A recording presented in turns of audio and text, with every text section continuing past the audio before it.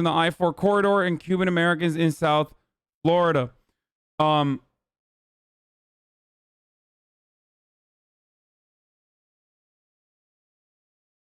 you watch Joe Rogan streaming live on YouTube? Maybe. I won't be watching for Joe, though. I'll be watching for my bro, Kyle.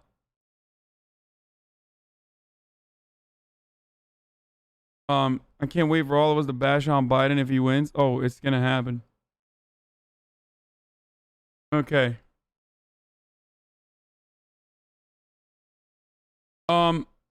Let's see what political polls are doing. Okay. They have a digital and physical console on pre-order and they want to help you.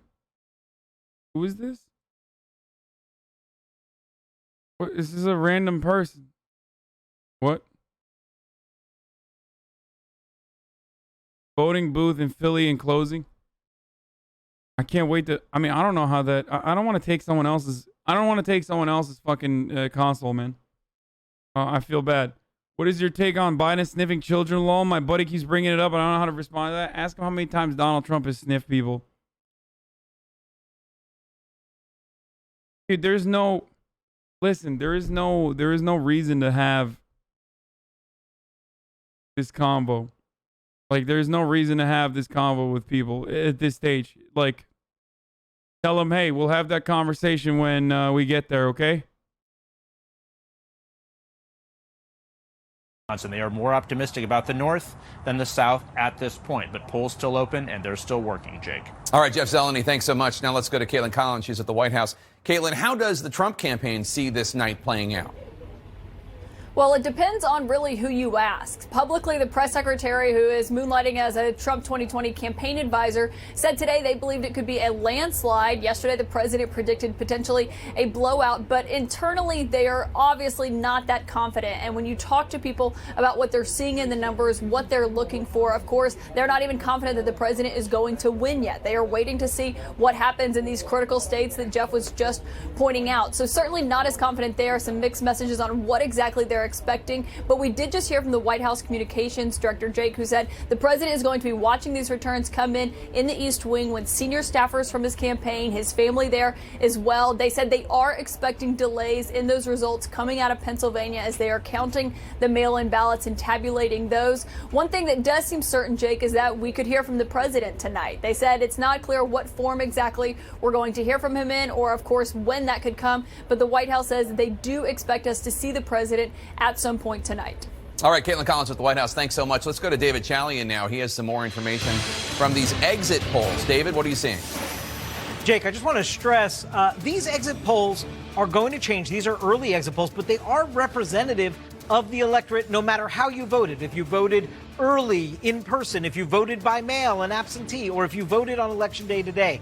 And as we get more and more surveys in, these numbers will shift. These are early preliminary exit polls, but it does represent everyone voting no matter how they voted. Let's look at sort of some key demographics in the electorate. Ladies and gentlemen, officially, the polls have closed in Kentucky and also Indiana. Ladies and gentlemen, it's now officially 6 p.m.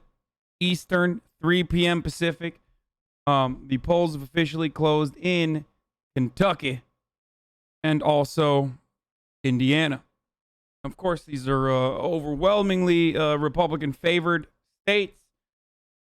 So don't expect any positive results there for Joe Biden.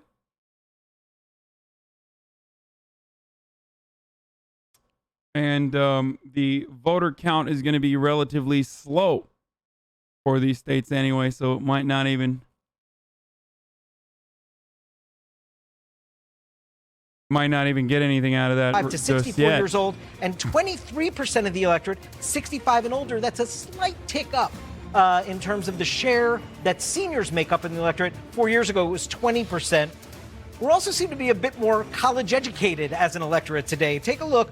45% say they are college graduates in the electorate today. 55% say no. 4 years ago, we saw it was 40% who said they were college graduates. So a few more college graduates in the electorate. And then party ID, just how we split by party, 38% Democrat, 35% Republican, and 28% of the voters in this 2020 campaign refer to themselves as independent. Jake, Dana, Abby?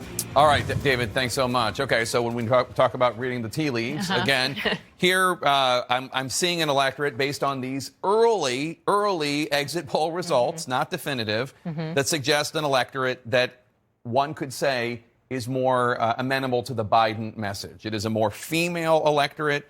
It is a less white electorate. More college it has educated. more older voters, and seniors are in favor of Biden, according to polls, and a more college educated. Again, early results, but just looking. Bro, this shit sucks. Oh, God, this analysis is like kind of dog shit. I'm not going to lie. The Biden campaign actually laid out today all the ways he could win, even if he doesn't win Pennsylvania. Even if he doesn't win Pennsylvania and Florida, they still think they have very realistic pathways to do that. But the other thing that the Biden campaign tends to think when you talk to senior advisors is that, especially that blue wall group, they will tend to move together. So what happens in Michigan is probably also happening in Wisconsin, and to a lesser extent happening in Pennsylvania. So they've always felt that was the surest pathway for the Biden campaign to victory. The problem with that one, though, is that it's also the latest counting of those states. So they'd much rather see an early and projection of victory in Florida and Georgia and North Carolina, which we think is possible, at least the early count, not necessarily the projection one way or the other. Mike, Biden is expected to take the lead with early voters, but what was his closing message today to those folks going to vote in person? You know, it was interesting because we've talked so much about what it's been like to campaign in a pandemic. Montgomery County's PAs. Today, Oh, this is really Big John Fetterman, baby. Primaries. He was interacting with voters a little bit more. He was very reflective and nostalgic. Montgomery County's PA's third largest county and went plus 20 for Clinton in 2016. So having a big turnout there. And of course, his hometown. He actually went to the home that he spent time growing up on and growing up. Okay, this shit sucks. Having big turnout there is really good. In PA, Montgomery County, state's largest suburban county, total turnout could reach nearly 90% of registered voters, up from roughly 77% in 2016. That is some good-ass hopium, I'm not going to lie. I mean, that's really good hopium. That's extra hopium right there. That's on a stack, on a buck, on two Virgils. On one of the cybersecurity teams for the state, and there's a lot of probing activity at the moment. Trump keeping his followers out in the cold was him training them for standing outside waiting to vote. Republican voter suppression, brilliant move, Donnie.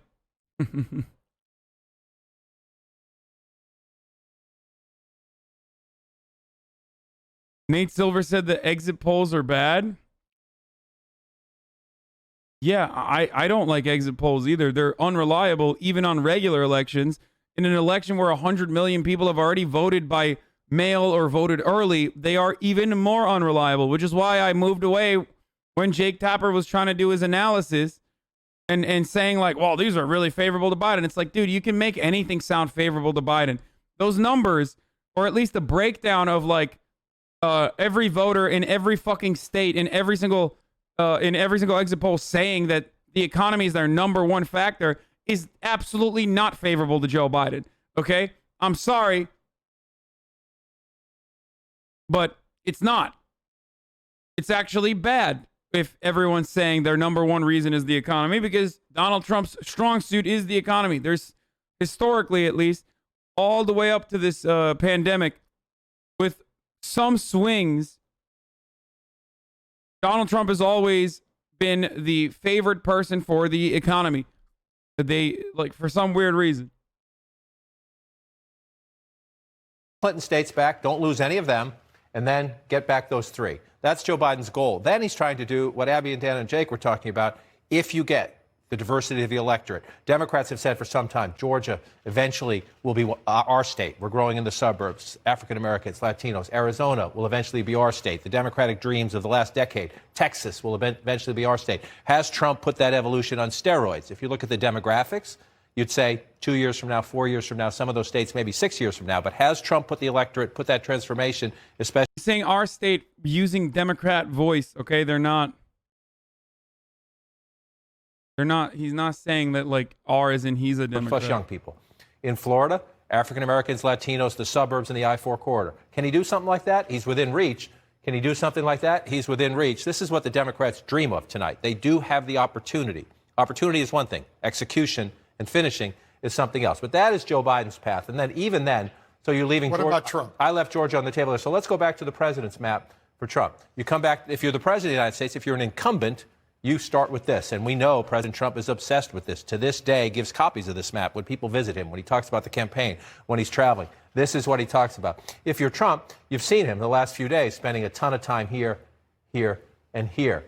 He loves this map because it made him president. These two not a are criticism. hardcore. That's a compliment. This is how he won the presidency 4 years ago. I can't speak for Pennsylvania and Florida, but dog, like Michigan, Wisconsin, it seems really, really fucking unlikely, dude. I don't know.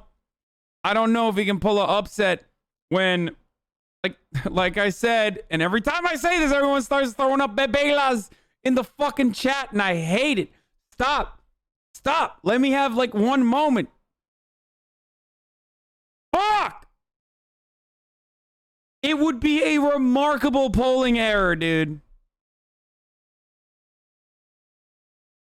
I'm recognizing that a part of the reason why I'm such a fucking massive doomer is because of my audience. My audience is so doomer pilled, and I did this. I conditioned you to be this upset all the time and this pessimistic all the time. I mean, literally, the last video on my YouTube channel is how Trump will try to steal the election, in parentheses, doomer. Which, by the way, my YouTube's popping off. Go follow it if you want. HasanAbi. Go check that shit out. But seriously, this might be a stupid question, but do you think Trump knows who you are / has watched your content before? No. No, I don't think Trump knows who I am. We were very close. We were very close to Donald Trump knowing who I was and watching my content. That was, of course, when I had the Dan Crenshaw moment. And that was a little Dan Crenshaw mishap there. That certainly was like the closest I've gotten to Donald Trump recognition, which I do not want. The White House press secretary has tweeted about me in the aftermath of the AOC Ilhan Omar Among Us session. But that's meaningless. That's just fucking Kayleigh McEnany. She sucks. No one cares. Loser. As a Swedish person, I can't fathom how Trump can still run a competitive race after what he's done domestically and internationally. Biased news is idiotic. No, my friend, Americans, we have saw that, so I wasn't sure if you think that made it up to Donnie or not. No. They're desperate, but they weren't that desperate. I was really proud, and it was a very easy process. No line, just got in and out, casting my vote. Went really well. Donald Trump was saying earlier today, and he's tweeted out such, that he thinks this whole way it's going down in Philadelphia, including the fact that mail-in ballots can be counted until Friday, it's not just a bad idea, but it's going to lead to violence. He's talking about that. You look very perplexed by that. I don't agree with that. I don't think it's going to lead to violence per se, at least not in my city, you know? I feel as though in Philadelphia, a lot of us are going to be pretty neutral, it's not going to be a lot of violence here at all. Wait, do I need more takes to offend the chuds? Okay, let me do a daily update. Let me do an hourly update. You are here, and you are a Republican. I'm always open-minded to change your mind. These representatives do not represent your best interest. I will tell you that all day, every day, nonstop. I can tell you with actual examples as to why voting for a Republican is a foolish thing to do. But having said that, fuck Donald Trump. And if you still like Donald Trump, well, fuck you too. Okay? Sorry. That's my hourly chud update so that people know where I stand politically. I know I sometimes wear a Trump hat or sometimes wear the Make America Great Again mask, but that's just for a bit whenever I'm making fun of Republicans for having really silly talking points. So, what is this? What the fuck did I just do? Chatterino data? What the fuck was that? Well, when we look at Pinellas County, as you just pointed out, 40 years of picking the proper president-elect. And so all eyes are on Pinellas County. Certainly both campaigns are looking at this county. We have the latest numbers now available in this county as of 5:20 p.m. First of all, take a look at this. 79.4% of registered voters in the state of Florida in Pinellas County have voted here. That's a tremendous number, certainly a record. Now, if you're wondering who those voters were, we break it down.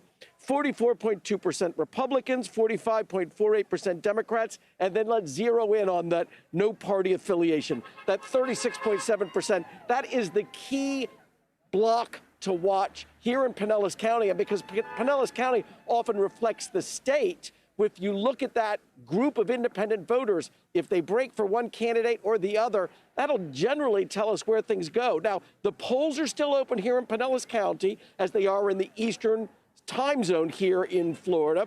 They close at 7, and then we have the Central time zone where the polls will close because Florida has 2 time zones. But as early as 7:10, 7:15 p.m., we're going to start seeing some results from places like here in Pinellas County.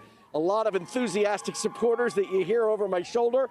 We did get a chance to talk to some of those folks who didn't do early voting, didn't do mail-in voting, but rather decided today was the day. It was part of something that they wanted to be a part of Election Day. They waited in lines here. Some line lasted more, at one point, for more than an hour. Let's listen to what some of the voters told us about participating in this monumental and very important historic election. It feels good to vote for me, and I wanted to vote in person today because I didn't want to worry about slow mail. I didn't want to worry about any problems. I want to make sure that I put in the ballot myself. I said, for me, you know, there's a sense of camaraderie coming on voting day, so that's why I wanted to come this morning. We just like voting on the day. The ritual? Yeah, the day, election day. The fact that there might be violence in the United States following an election, your reaction? Yeah, I think it's very upsetting. I just have never met a fucking quiet Trump supporter. Whenever Trump supporters say like, oh, dude, like, there's a lot of shy Trump supporters on the polls. Like, they just don't want to fucking reveal their Trump support. And I'm like, where? Like, I've literally never met one. They can't shut the fuck up. It's just one of my quirks on election night. Goes all the way back 1956. They've had it right. So let's come back to 2020, though, because here we are in the here and now. Just one county here right now. But Indiana, reliably red. Mike Pence's home state. Nobody expects Indiana to go blue tonight. But it will teach us some things. Number one, you come up here to Lake County, Gary, Indiana. African-American turnout there. Are African-Americans in a state they even know Joe Biden is likely to lose? Are they turning out? Right? You want to watch that. You want to watch that everywhere. Is he turning out his dynamic? One other thing you want to pull out here, and I'm going to break the country down by counties, and then come in here. You break the entire country down by county, and you come up through here. There we go. I'm in the wrong place. I'll find. This is the most idiotic take I've ever. Dude, undecided voters, jail. I'm being real punitive today, okay? It's real America time, dude. If you're this person, you go to jail. I just spoke with 28-year-old Miami and Alex Garcia. He said he woke up today thinking he was going to vote for Trump, but he changed his mind at the voting booth. He ended up picking Biden to go back to normal. I just want my Instagram to be about me again and how good I look. Jail. What is that? Who? What? Are you insane, dude? Votes there yet. What does he get this time? This is one of the things we're going to watch throughout the night, not just in Indiana. You mentioned Kentucky. Kentucky comes up soon. I mentioned this earlier, but the Lexington suburbs in here. This is the Lexington covers. We got some numbers just coming in from Kentucky. Well, then here we go. Let's pop and see them. We'll switch over to 2020. Let's come out of this here and close this up. And you see your first votes right here. South of Lexington, north of Bowling Green, Casey County. It's 0.4% of the population of the Commonwealth of Kentucky, but look at that, 85.8%. If you go back in time, Donald Trump got 85% there then. So in these very early results, he's essentially matching what he did both in this county here in Kentucky, that county there in Indiana, the president matching at the moment. Is that significant? We don't know. 2 counties. We got a long way to go. Go back to Indiana for a moment, John, because there's a county, a second county. Oh, there it is. There it is. In the northern part of the state. It's a relatively small county. Another small county, 35th. Well, it's in the top third, right? The bottom of the top third. 35th of 92 counties. 70%, 68%. If you look at it there again, we're going to do this all night long. You go back 71% then. We haven't counted the votes yet. Again, we're early. People at home will think we're a little nuts for doing this, but that's what we're going to do all night long to try to figure out, is the president, where is he compared to 2016? Overperforming, underperforming, about the same. And that. No, that's not crazy. That's what you're supposed to do, especially in fucking key districts in comparison to like key districts where Donald Trump won and turned over two-term Obama voters. Why is that crazy? That's literally what we are all looking for right now. For the record, for those of you who are just now tuning in or whatever, that's literally what we're supposed to be looking at. Also, this is Indiana. Like, don't be stupid. Of course it's going to be red. What you're supposed to look at in Indiana is how Trump is doing in comparison to how he was doing the year prior. But even then, on specific districts where there are suburban voters, like, was Joe Biden able to swing some of the voters to vote Democrat? Stop saying we lost. Chad, shut the fuck up. It's Indiana. Dog, chat. Donald Trump won Indiana by 19 points last year. 19.2 points. What are you saying? Like, you're so ready. Oh, all hope is lost. Time for panic. Meanwhile, Donald Trump literally won by fucking 20 points last year. It's not even remotely relevant to the overall electoral college. See what very see what Tom Perez has coalition to say. Of Biden supporters that include hardcore Democrats, including Democrats who are voting for the first time. Independents. I mean, you look at things like and then you look at things like the Lincoln Project, Republicans who are party of Lincoln Republicans. I think the real question here is, what's the reckoning going to be in the Republican Party? Because I was just in Texas, and there's a lot of folks who I would call George W. Bush Republicans. They're compassionate conservatives, and they're turned off by Donald Trump and what he has done. In Arizona, there are John McCain Republicans who are turned off by his attacks on service members, for instance, his attacks on Senator McCain himself. And that's a big reason why you see the expansive map that we have as Democrats. We're fighting for the same things we've been fighting for, frankly, for 80 years. Yeah, when I think of compassionate Republicans, I think of neocons who literally did basically genocide in the Middle East and have permanently destroyed the planet and the balance that we could ever have, or any sort of hope for peace anywhere for that matter. That's what I think of. I'm like, man, the way to remember George W. Bush is by thinking about how fucking compassionate they are.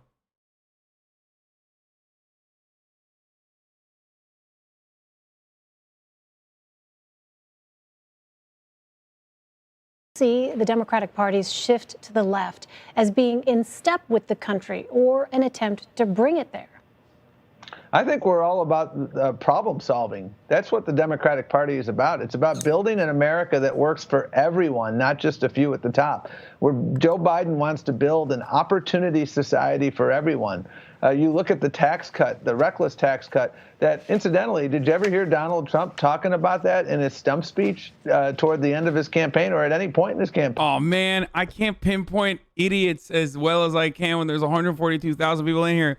Someone said, yeah, compassionate, unlike the Democrats who are compassionate about destroying the country.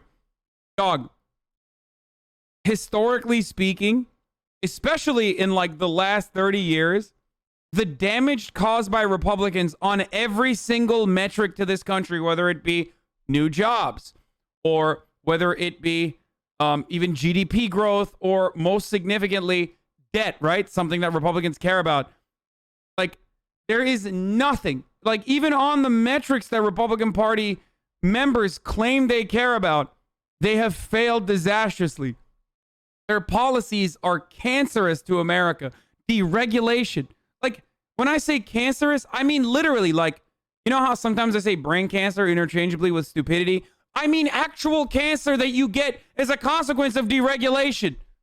Like actual cancer from the lead in your water, or the actual cancer you get when they allow corporations to fucking keep dumping toxic waste in your natural water supply. Like, that kind of cancer, as well as brain cancer that you get from Roger Ailes' back Fox News Network and AM radio and all manner of different types of Republican broadcasting that has given your grandparents brain cancer and now your boomer parents brain cancer as well. So it's just, you can act like Republicans have been good to the country, but they certainly haven't. My hatred for the Democratic Party stems from how much they concede to the Republicans.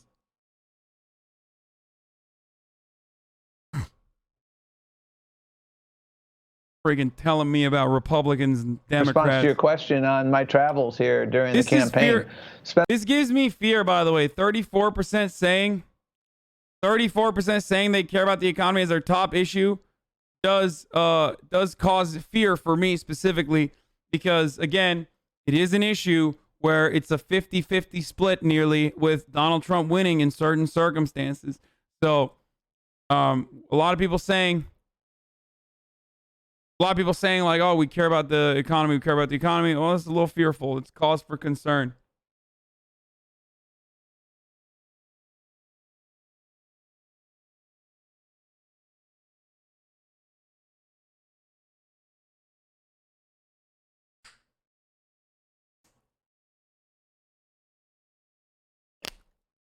Anyway, who did I vote for? Voted for your mom. Just kidding. I voted for Joe Biden. What is this?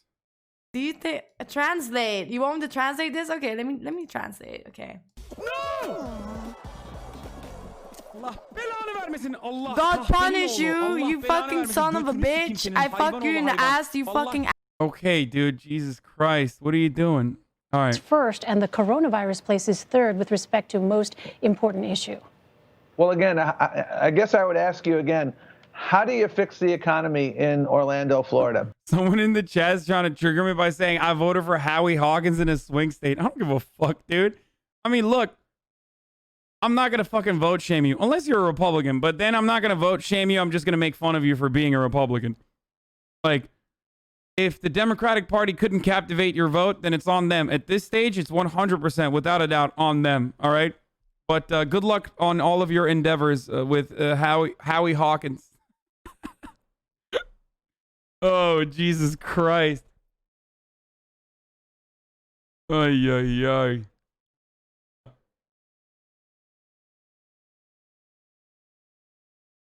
Please run a Twitch chat poll for who voted for Biden versus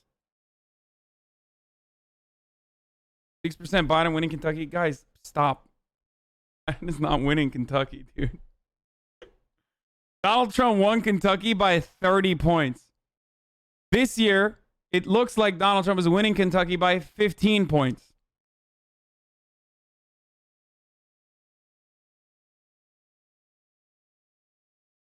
You're being insane if you think Kentucky is going to turn blue. CNN early exit poll showing 65% is white. That's down by 6 points in comparison to 2016. 13% Hispanic, up by 2 points. 12% black, 3% Asian, down by 1 point. Huh. All that fried chicken fucking up our brains. Do people even in Kentucky eat fried chicken?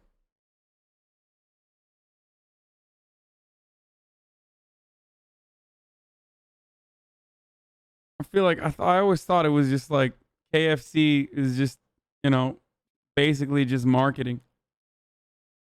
I mean, everybody eats fried chicken. It's delicious. But, like, is Kentucky... That streak of knowing the pulse of the country, whether it goes Democrat, Republican, back and forth. So that's the history. Will Ohio live up to that history tonight? That's something we'll be watching into the late hours. Now, Ohio also gets 10 days after Election Day for counting of mail-in ballots or military ballots or those kinds of things. It's also had a history of being able to get a bulk of the vote done by 50% of Kentucky is registered Democrat? Yeah, not the kind of Democrat that votes Democrat nowadays, my friend.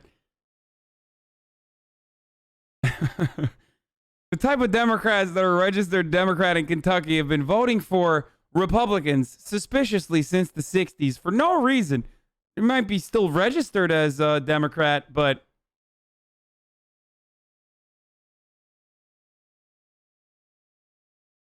Well, you know, just weirdly, they used to vote Democrat and now are voting Republican for some reason, but they never really changed their party affiliation or party registration.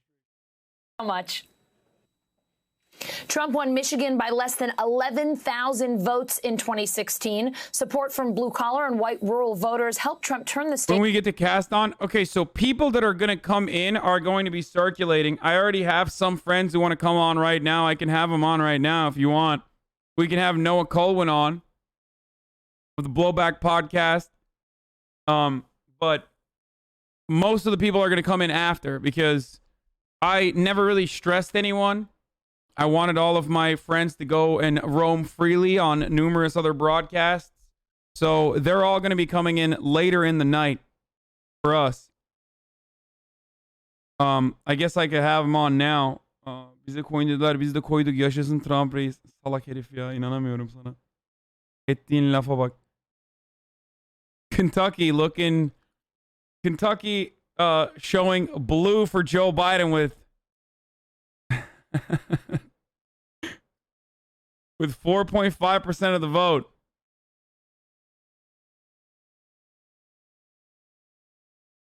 I guess that's it. I guess Kentucky is a sweep. New Hampshire with 26 votes counted. With a resounding victory for Donald Trump. Oh, Jesus. 26 votes counted. Unfortunately, massive voter suppression in New Hampshire. That's it. I've seen enough. I'm calling it. 266 people have voted for Kanye West.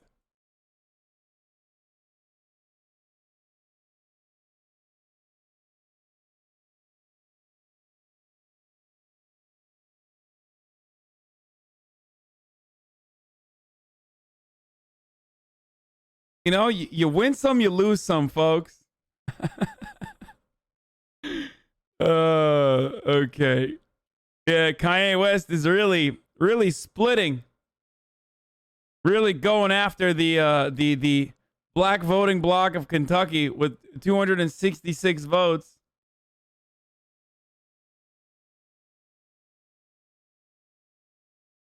Who gets the fuckboy vote?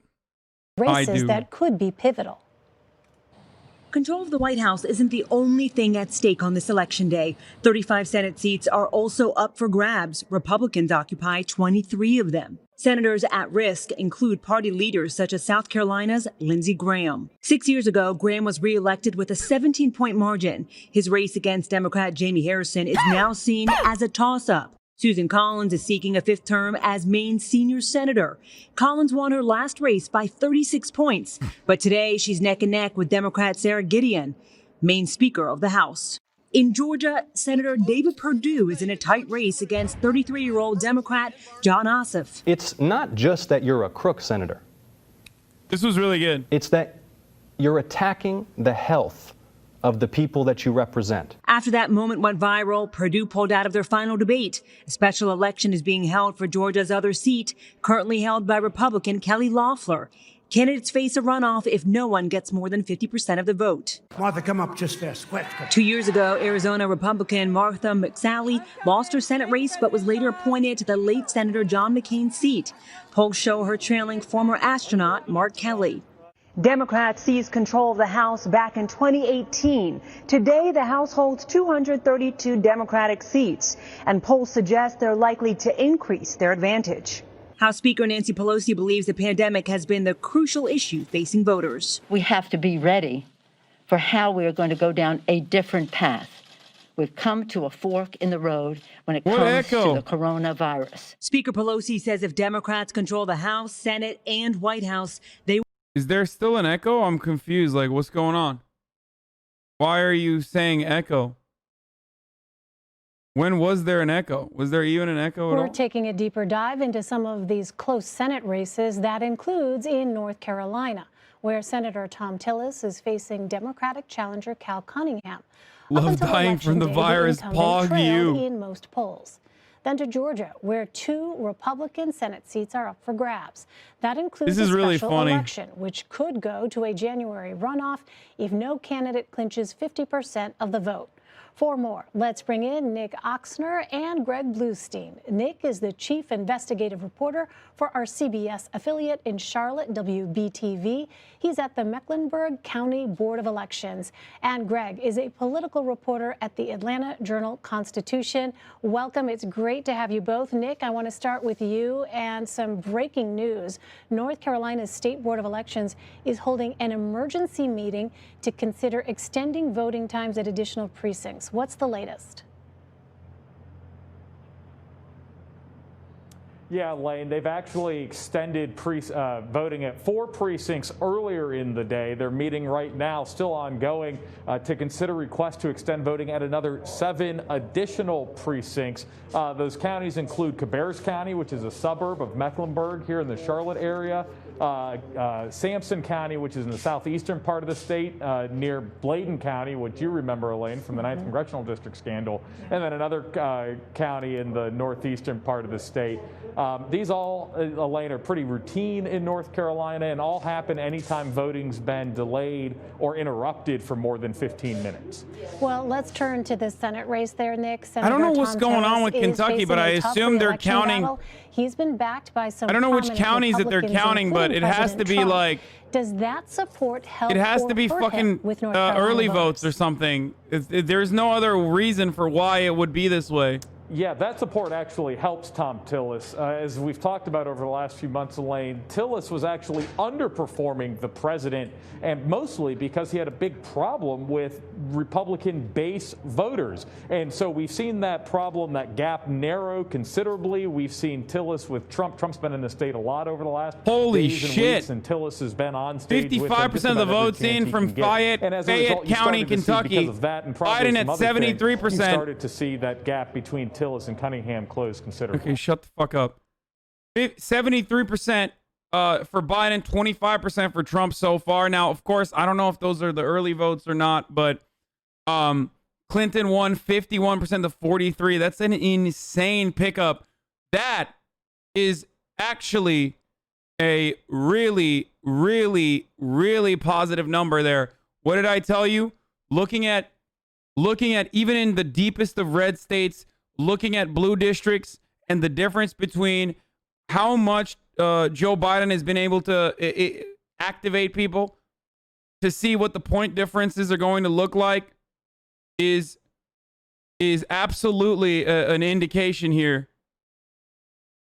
Is absolutely one way to measure potential success. Now, this doesn't mean that he's going to win Kentucky. Don't get me wrong. But you look at deep red states, you look at districts within deep red states, in rural areas to see how much Donald Trump has increased turnout in those rural areas, to see if he can run up the numbers with rural white turnout for the most part. And then you look at districts that are in contention or districts that were close, and which margins Hillary Clinton won by versus which margins Joe Biden is slated to win by. But these are probably still early vote numbers, so they're of course going to overwhelmingly skew in favor of Biden, but still decent. Fayette is metro area surrounded by rural, of course. Yeah, this does not mean that Biden is going to win Kentucky.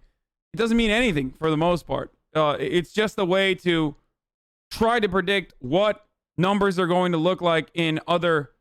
Try to predict what numbers are going to look like in other battleground states, basically.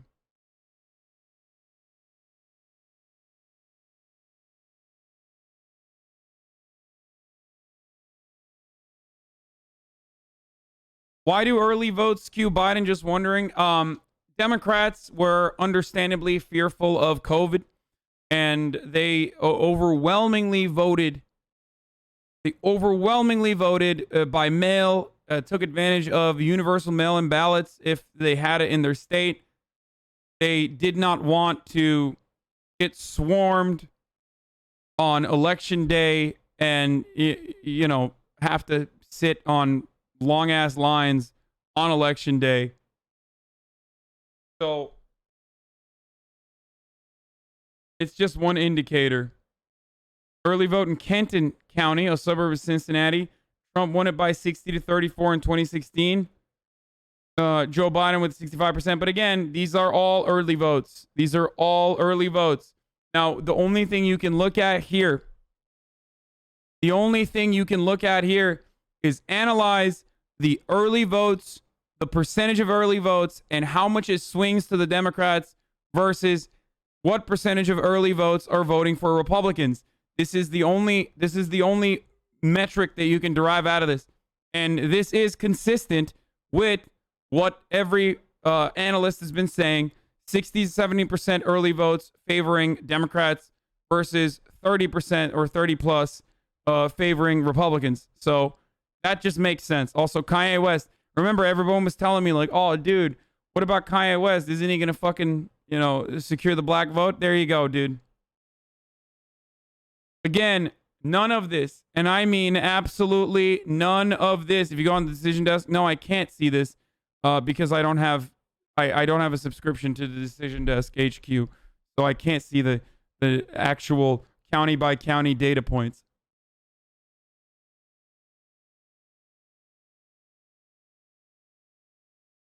So part of the problem here is, again, looking at, and this happened in the primaries as well, guys. We did this during the primaries where I would always tell you, chill, it's free. Oh, it is free. Okay, maybe I can, I don't know. I'm not interested. Just sign in with Google. Fuck it. I'd rather use New York Times and Associated Press. Who cares?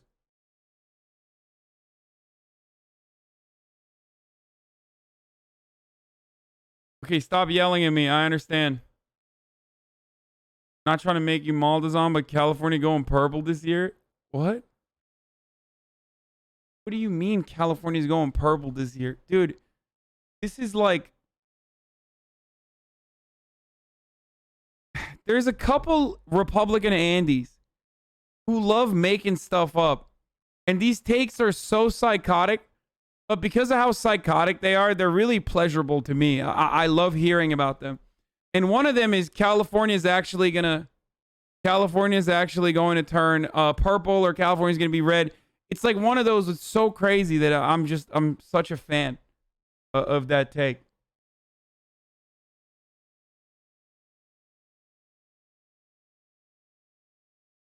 I love that. Is there a chance the situation Biden wins Texas and or Florida and Trump is fucked as a coup de grace? Fox News, OAN, and other Republican Party fake the election results? No. No, that's not happening. Especially not Fox News. Fox News will not do that. And secondly, it doesn't matter what the fuck OAN says, or it doesn't matter if Trump decides that in an instance where there is an overwhelming, resounding defeat, he doesn't accept the results. That shit doesn't matter in that circumstance. Okay?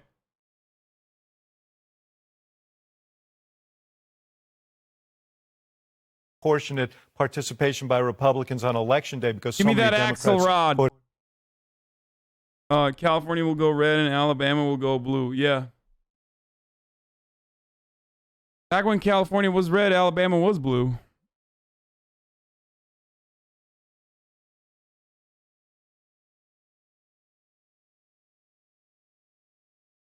Okay.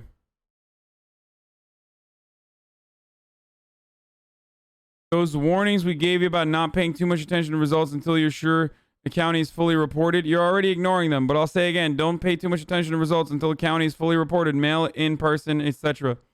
Yeah, of course people are fucking ignoring them because we got to make content, brother. It's called TV. That's the way to do business in Hollywood. Even though I do keep saying it's silly to just like make any predictions at this stage, but that's how you do Hollywood, Nate. Anyway, ladies and gentlemen, it is now nearing 4 p.m. 4 p.m. Pacific is, of course, 7 p.m. Eastern. And what that means is we're going to be seeing a bunch of polls close and numbers start coming in. Why do you want me to watch PBS's broadcast? This shit probably is lame as hell.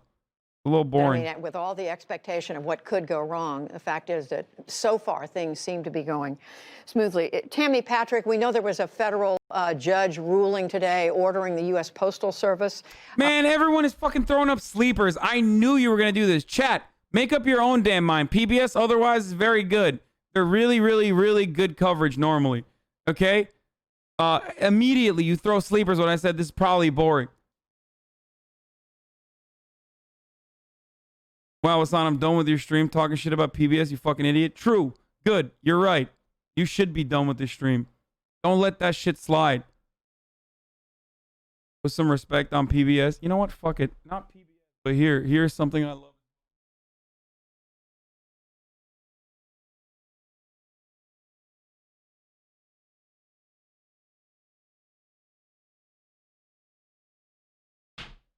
Find my hat. God damn it. Hold on. Processing plants looking for all the ballots and make sure that they get on trucks to the local post offices so that they can get to the election offices for the states that have to have them this evening. Now, the other piece of this is that for the states that allow for a postmark, the first thing that happens at a processing plant is that the postmark is applied. So this will make sure that in those states, every ballot that was put in the mail either yesterday or today, which was kind of a late minute mailing of it, will in fact still be counted.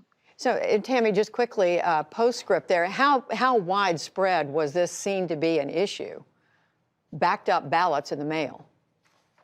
So actually, the ballot delivery time hasn't been extraordinarily long this time. What the challenge is that the Postal Service first class delivery standard is 2 to 5 days. But unfortunately, I think the general public believes that it takes 1 or 2 days for it to just go across town. And so that's the way that voters behave. The Postal Service for at least 5 years has said for voters to please put their ballots in the mail 1 week before they're due.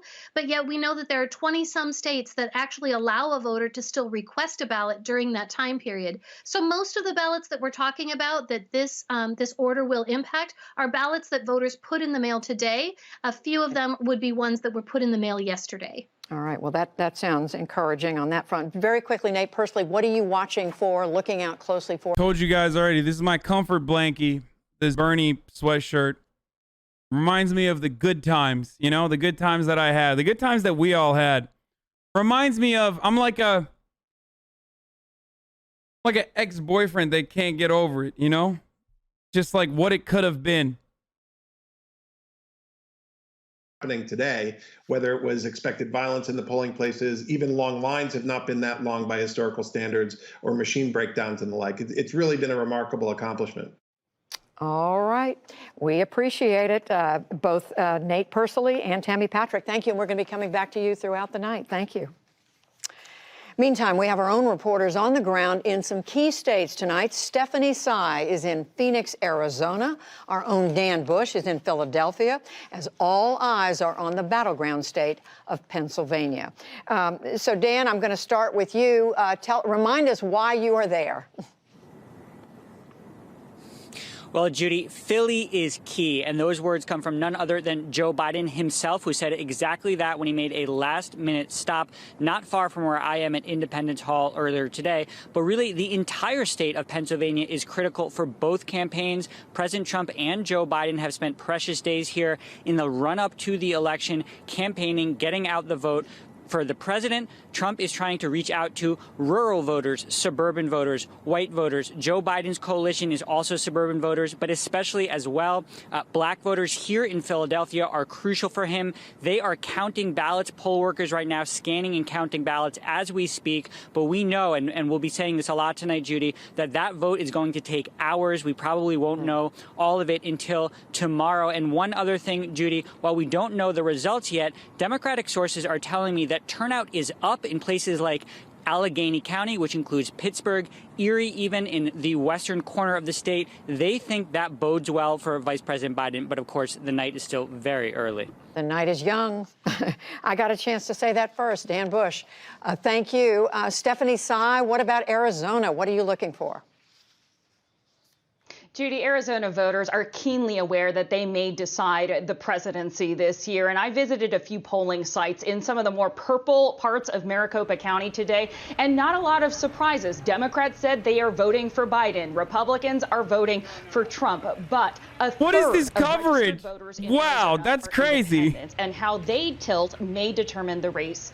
Another point, Judy, unlike other swing states, like Dan was saying in Pennsylvania, there is a long history of mail-in voting in the Grand Canyon state. By today, ballots from most registered Democrats said they're voting for Biden. Republicans said they're voting for Trump. Of course, they will have to process all of the ballots that they received today, but then that's it.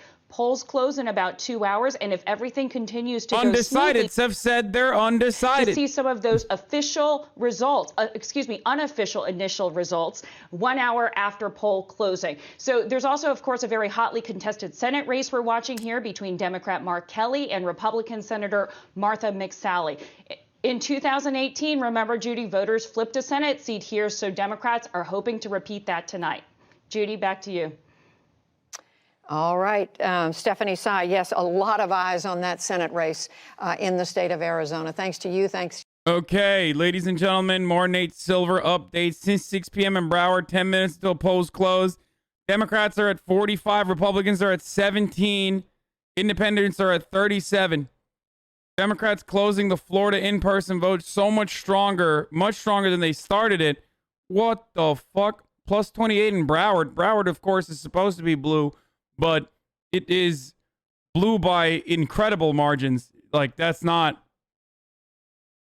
I mean, I don't know what the overall voter count looks like in Broward on same-day voting, but we'll see.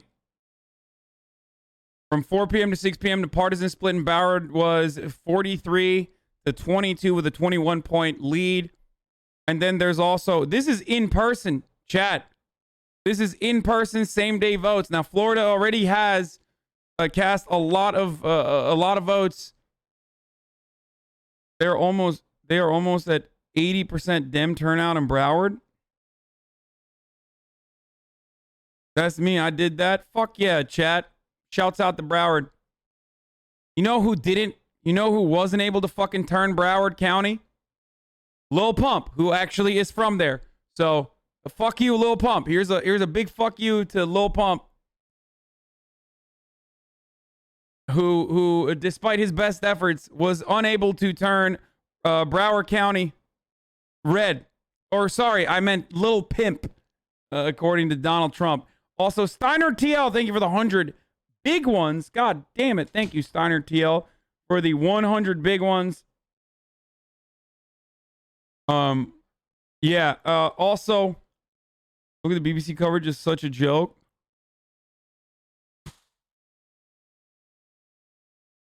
Hey, Canadian here, personally Trump supporter. Can you perhaps shed some light on why the fuck Trump would think it's a good idea to bring Lil Pump out on stage? Because Lil Pump, Lil Pump, yeah, you know what I'm saying? There's no reason. Why not? Because Republicans absolutely love, and I mean love. They have like a pathetic, almost pathetic relationship with celebrities, okay? Because the only other fucking celebrities that ever vote Republican are like Ted Nugent and like Clint Eastwood, and even Clint is like not all that open. You got James Woods, Clint Eastwood, and Ted Nugent. So whenever you got anyone who's willing to come out and be like, yeah, I'm a Republican, or I'm going to vote for Donald Trump, they of course welcome them with open arms. Why wouldn't they? They are desperate for any sort of celebrity endorsement they can get. Despite the fact they constantly talk about how celebrities are liberal and they suck, it's because they're jealous. Oh, sorry, I forgot. Kid Rock. Trying to make sure that they can drive the vote out here on that side of things. This is a primarily Democratic county, at least in recent history. And so that said, they're still trying to do whatever they can to drive that vote out here, in Texas being that reliably Republican state, as it has been since 1976. Yeah, and Morgan, as you said, still some hours for voters to get out there. You mentioned what you heard from the Democratic National Committee. How about what you're hearing from the campaigns there, Trump campaign, the Biden campaign, about their hopes for Texas? it's going to be very tight. And we knew that going in. The polls had both sides neck and neck. I've spoken to those on both sides. They say that Harris County, of course, had that huge surge in numbers there. But they're really pointing to those votes coming from rural communities. It'll take a little bit longer for those to come in. But Republicans are confident that, at least as of right now, they think they can still hold on to Texas. Allison? All right, Morgan Chesky, thanks so much. 80 American and international scholars on authoritarianism have issued an open letter warning the future of American democracy is at stake. And for the first time, the Carter Center, founded by former President Jimmy Carter, has observed 111 elections in 40 countries. Can you talk about what independent voters mean? Independent voters are just no party affiliation voters. They sometimes vote Democrat. They sometimes vote Republican. There's a lot of them in America. This time around, seems like they're swinging in Joe Biden's favor.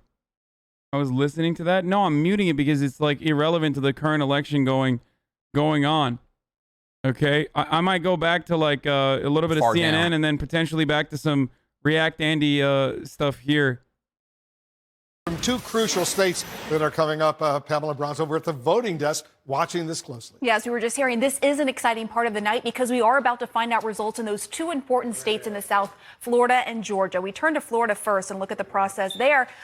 We expect it to be fast. We expect the first results to be a big chunk of early votes with some election day votes mixed in. That's because Georgia had a 2-week head start prepping ballots. Georgia's also been using high-speed scanners, so all they have to do when polls close at 7 p.m. Eastern time in most of the state is press a button. They'll get the results. We know that polls are open a little bit later in at least one county there in Georgia, but we're going to be finding out the bulk soon. And then you look at Florida, it's a well-oiled machine when it comes to counting early votes. They've had a 5-week head start prepping ballots there. Also in Florida, they've already counted most early in-person and most absentee votes. What hasn't been counted yet are election day votes and the rest of the pre-election day votes.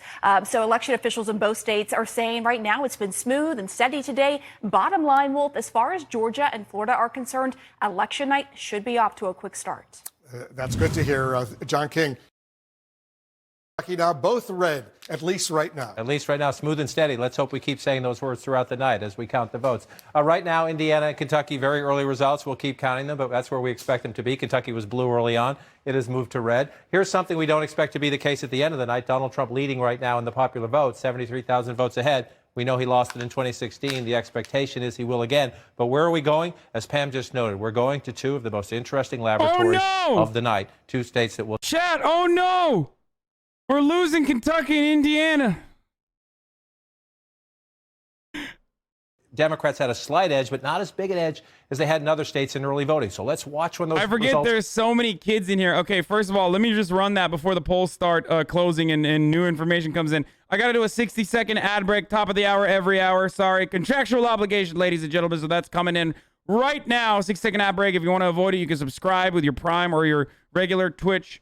That way you don't get any sort of interruptions of broadcast, and you get emotes as well on top of that. 6-second ad break. Also, what do you mean make a tweet? Anyway, move over here as you come across 63% here. Small counties, not a lot of people, but this is the key to the president. Run it up in the small counties and get the math. And when Florida's close, it comes down to the I-4 corridor. And what we're going to watch for tonight is this. Number one, Democrats in the suburbs. You think of Orlando as a recreational place. Yes, it is. But you have Latinos. You have growing suburbs. Orange County. Hillary Clinton carried with 60% 4 years ago. What does the president do there tonight? What does Joe Biden do there tonight? You move over here. Wolf, remember election night 2016. In the middle of our count, early in the night, I had a call from a Democrat working the ground here in Pinellas County who said, we are bleeped. I won't say the word on television. Pinellas County went red, not by a lot. Not by a lot, but you see it going right there. That'll be a key thing. If you go back to Barack Obama's wins, right here. So do the Democrats get the suburbs back? Do they get retirees on this side of the coast back? That is a critical test tonight. We'll stay on the 2016 map for a minute. Again, Florida, 29 electoral votes. The president cannot win re-election without him, without a doubt. So we'll watch the Florida, and then we move just up to the north, a state that we have not talked about in presidential politics for some time on election night because it has been so red, not since Bill Clinton. Have Democrats carried this state? The big test here, do African Americans turn out in Atlanta? And how do the Democrats do in the suburbs around Atlanta, around Columbus, in Augusta? You see all of this red down here. absolutely critical for the president in Florida and in Georgia and in North Carolina, run it up in the small rural counties, because he knows Democrats are coming out to vote in the cities and Republicans are suffering under his leadership in the suburbs. Wolf. We're just moments away, John, from the first big round of poll I can't closing. wait for this. Voting is about to end in 6 states with 60 electoral votes. I need to see what's happening on all of these Fox states, News. especially the battleground state of Georgia. 5 seconds out. To call, and let's look at how all this Or takes no, us not on that 5 road seconds. to 270 right now. And you can see Donald Trump with 11 electoral votes to Biden. Come on! Well, it could be a long night, and this is going to be an election like no other. We've got Andrea Mitchell here with us. We have Chuck Todd here with us. And one thing that's different is the enormous amount of mail-in voting. 100 million people have already voted before today. So we wanted to just break down, when you see expected vote in the top right-hand corner of our graphics, that includes mail-in voting. It's not just day of voting, but includes mail-in voting as well. Yeah, we're not looking at just precincts. That's the term you're not going to hear a lot of tonight. It's this expected vote, which is an educated estimate. It may change a bit here or there, but it'll be the thing to watch Florida tonight. is unloading numbers, ladies and gentlemen. Florida early voting and counting mail ballots and take a look at one of our states right now. are to be expected by 5:30 my time in an hour and a half. In Indiana. And not yet here. Well, we will work on that. The data is coming in here. Joseph Robinette is won Vermont. It's working. Mark Warner has won re-election in the U.S. Senate in Virginia. All of our state results all night long. Donald Trump Jr. has been called for Kentucky, ladies and gentlemen. Absentee votes, and see this orange line. You'll see this as the night, and we'll see some states you're going to see the early and absentee take up most of that column. Then your election day vote's going to come in at yellow. Indiana showing strong for a place like Pennsylvania. We expect more yellow than we will orange, and then this gray spot. Look, I want to tell people something. This number, it's an estimate. It is an estimate. It could change throughout the night. We may learn more. Oh, there's more ballots than we thought, or there's a fewer ballots than we thought. But this is the expected vote as best as we can estimate it before the election. So this could move by anywhere from a percentage point or two. But this is what we'll be letting you know about all night long. The main thing is we are counting early vote, and we are estimating day of vote when we talk about how much of the vote is in it at the same time. Decision Desk Florida showing 55% of the votes for Joe Biden, nearly 1 million votes counted. Out of 1.6 million votes, 1 million counted for Joe Biden. And that's a place where Florida showing women did not turn out for less Hillary numbers Clinton in on New York 2016. Times' count. And what we might see this year, and it just depends on whether that gender gap shows that we've seen all along in the early polling between Joe Biden and Donald Trump for weeks now. Women are disproportionately affected by COVID, and the suburban white women have really been going for Joe Biden over Donald Trump in the polling straight through. If that holds, that could be key in Pennsylvania, in Michigan, and other states. It could offset Donald Trump's big advantage with white, non-college educated men. And these women are staying at home, many working from home, taking care of children. They're disproportionately affected by COVID, and they're telling us, at least in the polling up until now, that they don't like the way the president has handled the pandemic.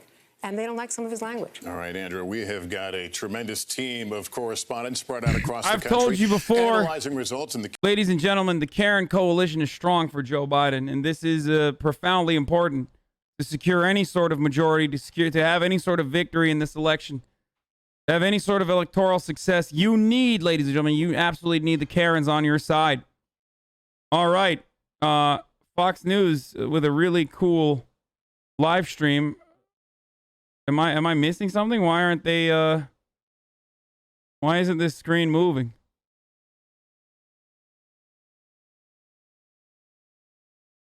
Okay, let's see what Fox News is saying. Harrison, who is the former state party, Democratic State Party chairman, has raised over $50 million in the third quarter and running against the chairman of the Senate Judiciary Committee. So money doesn't always result in determine the outcome in a race. Both of these men have sufficient enough money to spend, but the idea of having over $50 million in a state with 3 million people and probably 2 to 2.5 million voters, pretty strong set of numbers that Republicans are facing in every single Senate race. There's not a single competitive race in which a Republican senator or a Senate candidate has outraised his opponent. Well, it only took a few seconds, but the Fox News decision desk can now project President Trump will defeat former Vice President Joe Biden in the state of Kentucky. Not a surprise there. But the Senate Majority Leader, Mitch McConnell, is up for election there. He was leading going into today. We'll see where that race heads in Kentucky as far as the Senate Majority Leader's fate. Donna, your look at tonight, what you're looking for early here as we start to get the actual vote tabulations coming in. Well, I was sitting here telling Carl about Virginia, and I said Arlington, Prince Williams, Loudoun, and a couple of counties would be coming in early, and of course they've already called it. But now Georgia. Trump carried Georgia by 5 percentage points in 2016. And the last time, as you all know, that the Democrats carried this wonderful state was in 1992. But there's been an increase in younger voters, non-white educated voters, and I think the key tonight is looking at the suburban vote. And if suburban women continue to turn out in large numbers in favor of the Democrats, Georgia is going to be an interesting state to watch once all of the votes are tabulated. Katie Pavlich, let's go over to you. Your thoughts as we get these first tallies. Okay, all right. Let's see what's going on. By less than a NBC. percentage point 4 years ago, he becomes the next president at 278. Okay, nope. Indiana. Okay, NBC News is called Indiana for Donald Trump. Oh, no. No, I'm just kidding. I'm just fucking with you guys. Listen, I already did the massive rundown earlier in the day. But again, Indiana is a lock. It's a red lock. So is Kentucky. These are states that call them early. This doesn't mean anything. Please do not overreact. Also, Florida is the important one that we're supposed to be looking at, which Florida has now officially closed their polls as of 7 p.m. So Florida numbers are going to start coming in. The New York Times is speculating that by 8:30, in 8:30 Eastern, of course, we will have a good understanding of what Florida looks like. So in the next hour and 30 minutes, we will have a better understanding of what Florida looks like. Do not forget, we got Georgia, North Carolina, and Florida. These are states that Donald Trump has to win. And especially with Georgia and North Carolina, an important thing to look for is how close Georgia and North Carolina are in comparison to the polling results.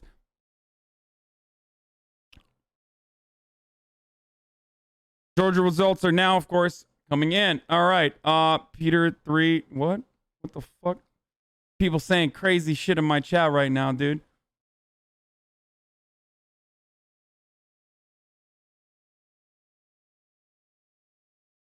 New Florida poll from Decision Desk. Florida election results as of 2 minutes ago show Biden at 55% with 1.1 million votes, with Donald Trump at 45%. Estimated is 19 to 23% of the votes are in.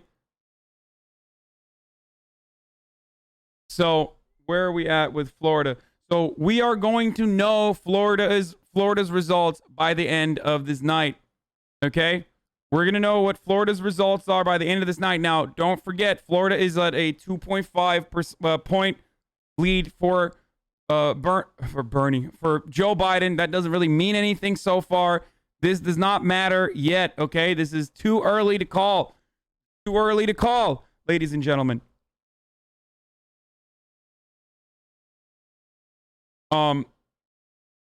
Pinellas County is a county to look for here in Florida. So let me take a look. I don't even know where the fuck Pinellas County is. Yeah, Bernie is speaking to me. Left is not descriptive enough. I have no idea where it is. Tampa? Oh, there it is. Holy shit. Okay, well, again, the estimated count here is only 76 to 87 to 88%.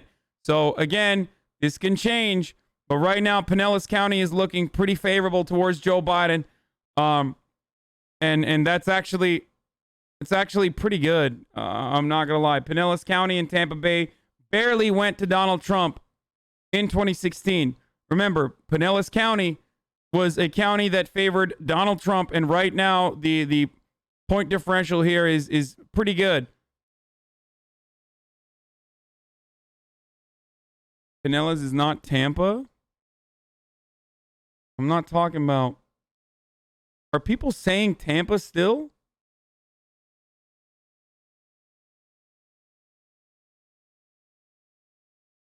Tampa is the one to write. I don't know what you guys are trying to say. Is it still not too early to call Kentucky? My map shows not even 50% of the votes have been counted. Dude, Kentucky is already red. Like, there is no reason to call. There is no reason to call Kentucky one way or the other. It doesn't matter. Like, Kentucky is red and it's going to be red.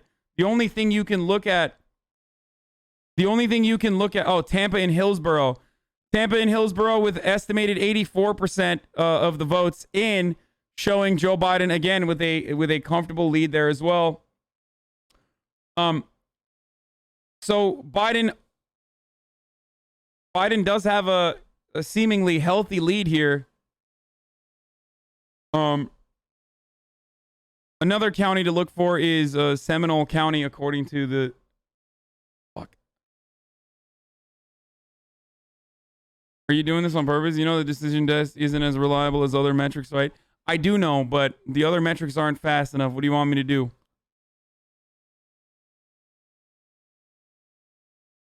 And also, New York Times' count is unironically the same percentage point as Decision Desk so far. So I'm checking it across other metrics. What do you want?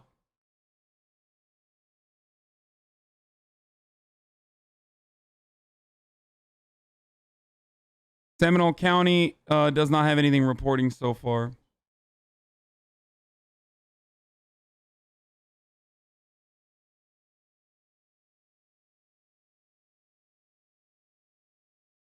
But the potential flips are Seminole County from Donald Trump to Joe Biden, and also which is suburban Orlando, and Duval County and Jacksonville from Trump.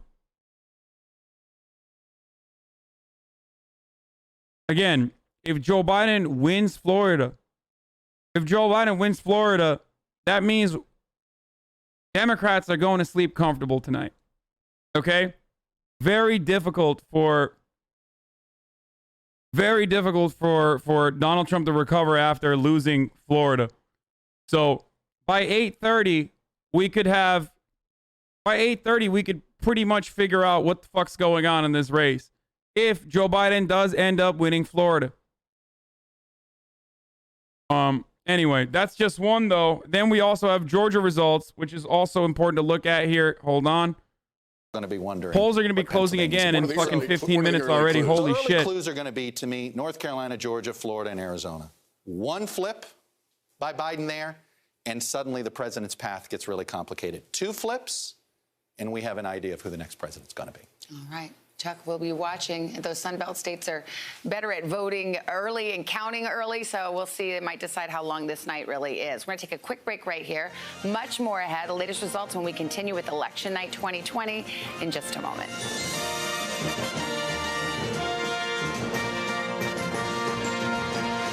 Here, I'll go to Google as well. For breaking news in our changing world, download. Okay, hold on.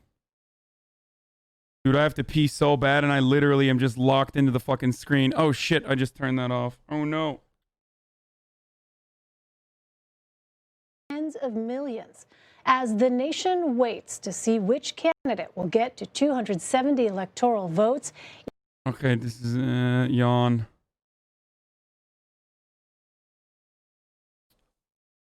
Pee in a bottle? No, I'm not going to pee in a bottle.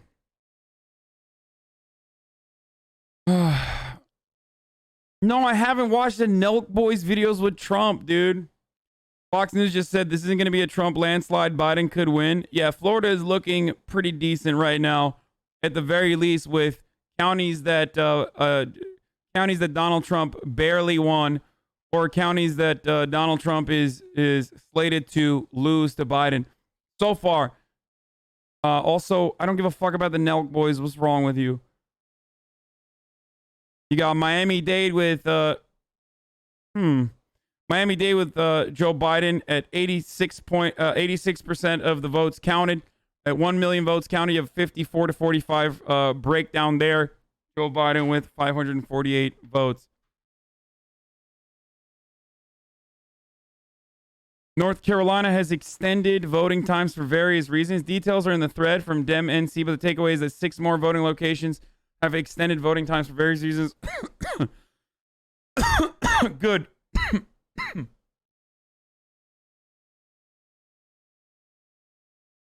Miami-Dade is definitely a little bit closer than I would like to see. I'm surprised by that.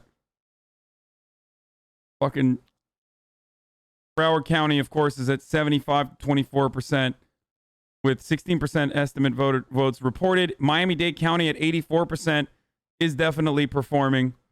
And that is, of course, the Cuban vote specifically. But Miami-Dade County is doing better. Still early. It's 84% of the estimated votes have been reported there. There's not like Miami-Dade. Joe Biden needs to win Miami-Dade. Joe Biden needs to win Palm Beach. But Palm Beach has nothing yet. Like those are other counties that Joe Biden needs to win.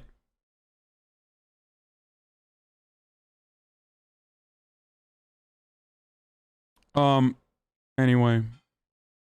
Projections, and those calls will be checks on the bottom of your screen. The race to 270, that's the magic number, 270 electoral votes. Right now it's 16-8. We have a long way to go. More polls are set to close just moments from now, including one of the most watched states of the night, North Carolina. Mark Meredith is on the ground at Senator Tom Tillis's headquarters in Mooresville, North Carolina. Mark, good evening. Brett, good evening to you. President Trump won North Carolina 4 years ago fairly easily. Right now, things will look a lot more competitive in this state compared to what we saw last time around. What's interesting is we've seen the president and the vice president make multiple stops kind of barnstorming this state recently.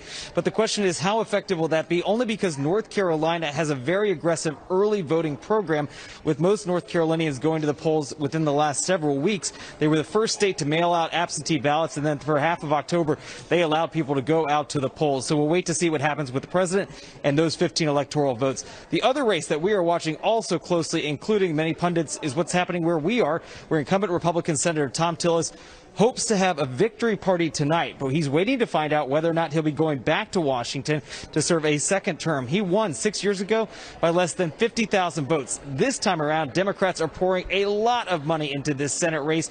He's facing off against a former state senator and an Iraq War veteran.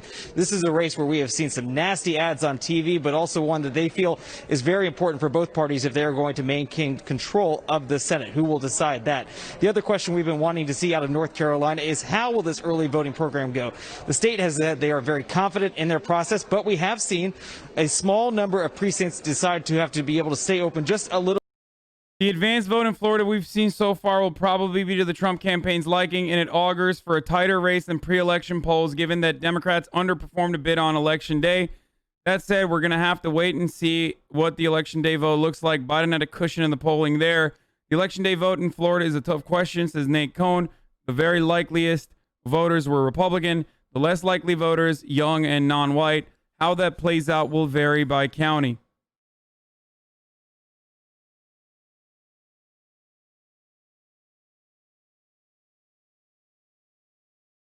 Anyway, yes, USPS is resisting a federal judge order to trace 300,000 ballots across 15 states.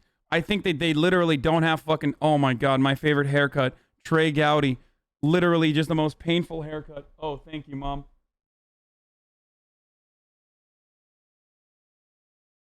Okay, thank you. My mom is, I mean, I pre-prepared everything. She's cooked it, okay? Chill. But mom is here living with me, so. One of the advantages of having mommy live with you is she makes your tendies for you. Okay. Oh, fuck. The needle is live. All right. The needle is live, and Trump is leading in Florida by 2.5, by 2.6 points now. Ladies and gentlemen, the needle is live. The election needle is now officially live. Okay.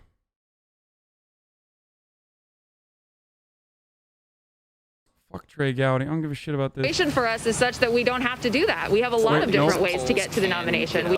Overstate by a point or two. We were able to, as we see real returns come in, we match it. We're able to reweight it. There's always a chance that it's at 2 points. But the point is this.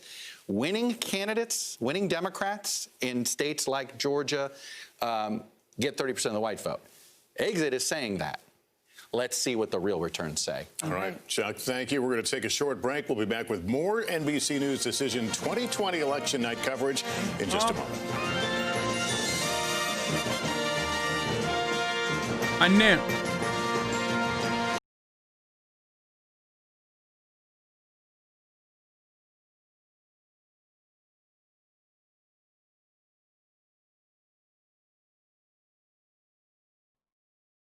That's Okay, why sorry. we have to figure it out now. Sorry, there was a brief moment here. Everybody stop panicking. I have some food related issues here. Trump got 80,000 more votes than Miami-Dade in 2016. Yeah, Miami-Dade, Donald Trump is really overperforming.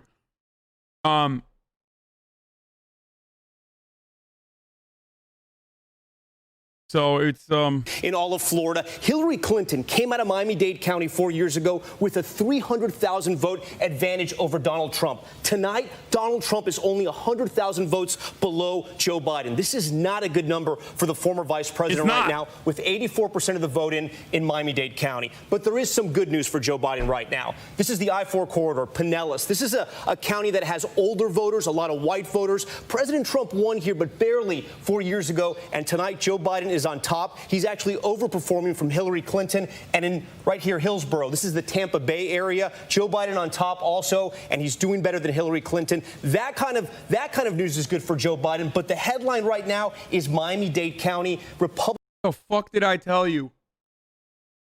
I told you, black and brown voters are either A, not going to turn out the numbers expected, or B, they're going to turn out for the Republican Party. And it's going to shock you, but Biden's victories are going to come from the suburbs and older voters and white voters and not necessarily Hispanic voters. And all of you annoying Democrat Andys were like, Hasan, you have no evidence for that. You have no evidence for that, Hasan. Now, this is Florida. This is Florida. It's very different than the rest of the country. The Latino population in Florida, especially in Miami-Dade, is hyper reactionary, a lot more reactionary than we think. I think QAnon straight up broke the brains of a lot of Cubans there. Okay? Straight up. A lot of older Cubans are just completely fucking invested in the QAnon stuff. It's part of that. Florida is built differently. Okay? So remember that. That doesn't mean anything for Arizona. That doesn't mean anything for Texas unless Donald Trump was able to do significant turnout and flip Hispanic votes in Texas and Arizona.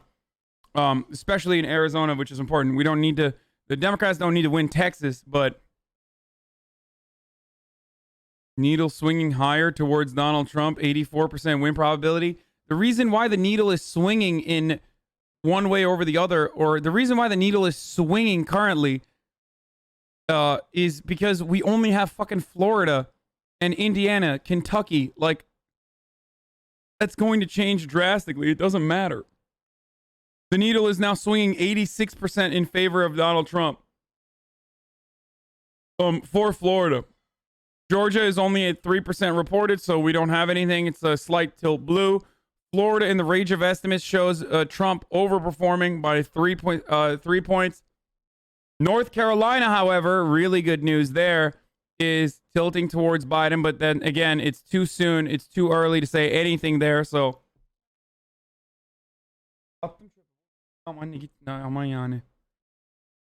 Anyway, there's no reason to panic. There's no cause for concern. You guys really need to stop doing this whole everything is gone and it's over. In Florida, it's the millennial fled Venezuelan dudes. The population grew a lot since 2016. Trust me, I lived here for 24 years. Anyway. Oğlum 200.000 adam var izliyor. Ne yapayım şimdi? Anlatayım mı? Kapak. Yanlışlıkla kapağı içine atmış salatanın, onu yedim diye. There's no way, Mom. It's literally from the sauce. Sosun kapağı anne. Hayır kapak değil. Plastic. Plastic wrapper. Okay, are you happy? I said it. I said it out loud now. You accidentally threw the plastic wrapper of the sauce in the salad. Now 200,000 people know you did that. I was trying to hide it, and now they know. It's all good. Anyway, Spectre Index says different reporting for Florida with Biden winning. I don't really care.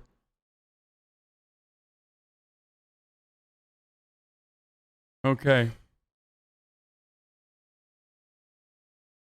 All right, let's see what Chris Wallace has to say. A poll that was taken, an exhaustive poll, Georgia, 100,000 people across the country in Georgia. And I think this is going to be true in a lot of states. If Joe Biden is elected president, it's going to be on the basis of women. There is a big gender gap. Women in Georgia, 56 to 42, Biden over Trump. On the general question of the country, and this is always a very telling one, especially for an incumbent running for re-election, would you say the country is going in the right direction or the wrong direction? 61 to 39, wrong direction over right direction.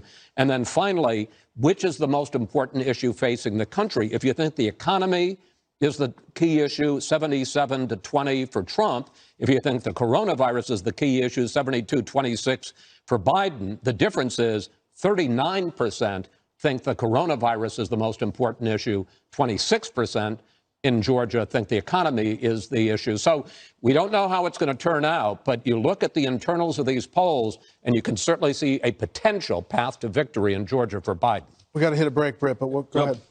Real quick, just looking at the percentage of men and women voters. In Georgia, as Chris suggested, women 53% of the electorate, men 46%. Virginia, 54-46 women. South Carolina, 55-45 women. Indiana, 52-47 women. So if they Trump's number in Miami-Dade is insanely through the roof. He has 457,000 votes there compared to 334,000 in 2016. And there are still a lot of votes to be reported. Biden is a little behind Clinton. Biden is a little bit behind the Clinton number for the moment. Trump is absolutely fucking blowing Miami-Dade out of the water currently, ladies and gentlemen. Donald Trump is blowing Miami-Dade out of the water in comparison to what he did in 2016. Biden is overall leading Florida, but that doesn't mean anything when some of the more populous parts of the fucking state are areas where it's supposed to be a significant lock. Remember, Hillary Clinton, as they mentioned earlier in the broadcast, won Miami-Dade County by 300,000 votes. And right now, Miami-Dade County has 100,000, nearly 90,000 votes in between Donald Trump Jr. and Joseph Robinette Biden. Okay? That's a huge deal, especially because the rest of Florida, especially the rural parts, are going to be significantly red. Now, once again, Pinellas County looks good. Hillsborough County looks good. These are counties that either went to, Palm Beach is another one, another area where Joe Biden is going to make, has the win. But Pinellas County favored Donald Trump over Hillary Clinton in 2016 by a tiny margin. And Hillsborough County is flipping blue as well. So there are areas where Biden is performing better than expected or along the predictions, but this is really significant. Florida, of course, is still, again, the opposite of every other. In terms of like the way Hispanic voters vote, Florida's numbers, you should fucking flip for the rest of the country. Now, unless Donald Trump's Goya beans rhetoric actually fucking worked, and the Hispanic voters in like Arizona and shit totally got suckered into it because he was like, I love these beans. I love it. Goya is sponsoring me. And then on top of that, there are no mail-in ballots counted yet. Yeah, wait, first of all, I don't know if that's true or not, but secondly, it doesn't matter. Florida's mail-in ballots are not going to Florida's mail-in ballots aren't going to overwhelmingly favor overwhelmingly favor Joe Biden like the way you think it would for the rest of the country. More people overall voted than in the 2016 in Miami-Dade. Yeah, I know, but the turnout came strong from the Trump side, and that is actually something that you have to look at. You absolutely have to look at turnout in comparison to Donald Trump's turnout specifically in Miami-Dade. As Biden underperforms in Miami-Dade County, a reminder that senior Biden staffers of color asked for more resources and were ignored. Some Florida staffers used their own money to put on get out the vote events, even after campaign raised record money.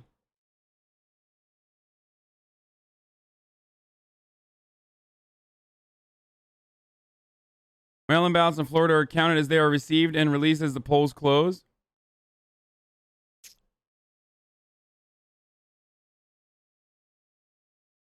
Anyway.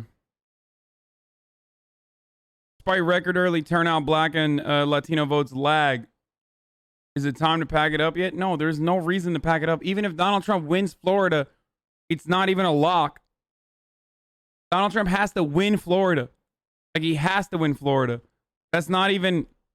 Like, Donald Trump has to win everywhere he won last time around. You understand, right? So chill out. Do you think you'd be this famous if Trump wasn't president? I don't know. It's a really stupid question. I don't even know why I read that out loud. Sometimes I really do entertain the dumbest people in the chat. I really got to stop doing that, especially when there's 200,000 fucking people in here. In the Buckeye State, the Fox News decision desk will need a lot of time probably to analyze more voting data before. Why did I read that? Bettel, because I can't stop myself from reading literally the dumbest takes. Doesn't matter when I have 20,000 people in here. It doesn't matter if I have 200,000 people in here. I literally cannot physically stop myself from reading the absolute stupidest takes in my chat. It's just impossible for me. And Senator Shelley Moore Capito will turn back a challenge from Democrat Paula Jean Swearengin. North Carolina polls were set to close at 7:30. Unfortunately, Paula Jean Swearengin lost. She is very progressive, but Gigi's in West Virginia. It was expected. It is one of those states where it is a safe haven for Republicans who love to vote against their best interests. It's like one of the greatest states for voting against your best interest is West Virginia. Great. Mitch McConnell's losing Kentucky? No, he's not. Shut up. All right, let's get back to the Neil. Take a look here. Florida is 0.3 on Trump. Georgia has also now, with estimated 4% of the votes counted, showing Donald Trump with a 1+. It's only 4% reported so far, so we shall see. Why is Vermont called with 4% of the votes? Because it's Vermont, dog. Hello? Are you new? It's Vermont.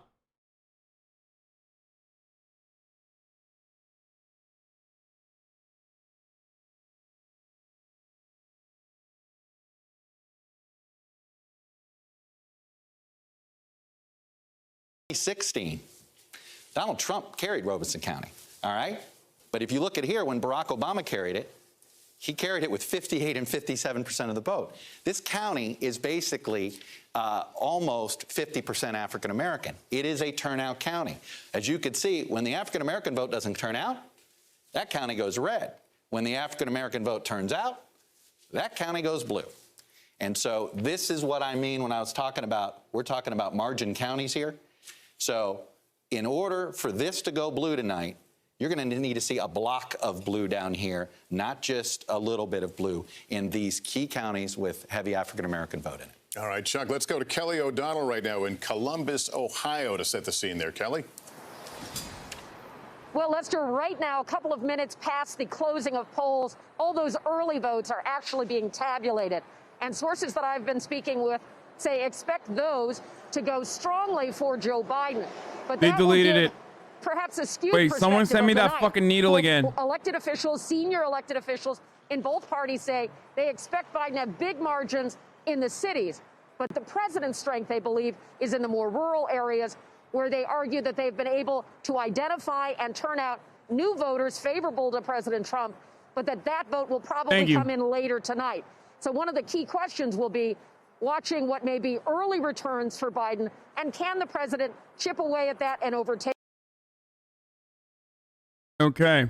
We're a little disturbed by he's unpresidential and maybe his manners aren't so good, but he's very good on the economy. And I think other people say, but there's more to this country than just the economy. Right, and what you're seeing here is one thing I think the exit polls will remind us. No, you they can have don't. the same demographic group, but in different states come to different conclusions. Right. In North Carolina, they're basically where they were 4 years ago. No, they don't. Here's why.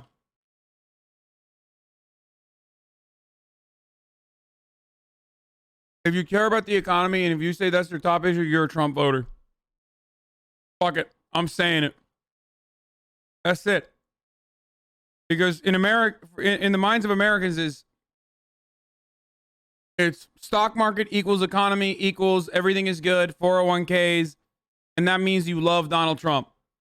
That's 100% the truth. It's the only fucking aspect that Donald Trump is led in comparison to everything else. Climate change, Joe Biden crushes. Racial inequality, Joe Biden crushes. Florida is so fucking close, dude. This is really, really down to the fucking wire. The reason why Needle Dick is showing Trump +3 in Florida currently is because Miami-Dade was supposed to be a big gainer for the Democratic Party there, and turnout fucking increased. And guess what? It increased in favor of Donald Trump in Miami-Dade. That's a huge population there. That is not supposed to look that way. As soon as I saw it, I did not understand why it looked the way it did.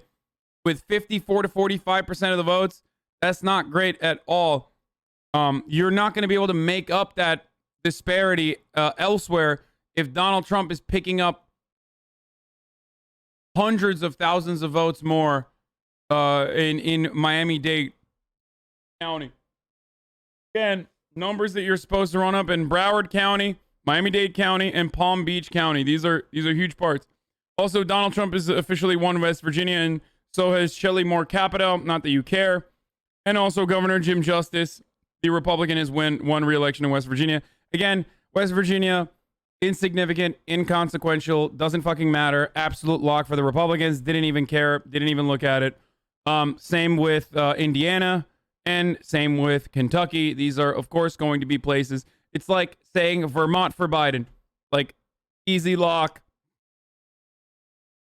We will definitively know from Florida numbers by 8:30 Eastern, 5:30 Pacific. So at 5:30 Pacific, we will have a really good understanding of where we are supposed to be. Okay? At 5:30. That's also it's official. Joe Biden has won Virginia. Ladies and gentlemen, Joe Biden has won Virginia. Again, another lock for the Democrats, so that's an easy one. That's no surprise there. Something that you can look to in Virginia, of course, district by district, is by comparing when more votes come in, which they're not going to yet.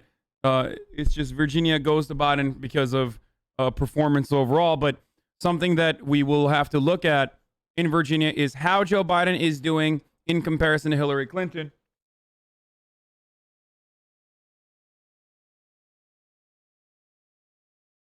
Anyway, Hasan, will you become GAE if Trump wins, please?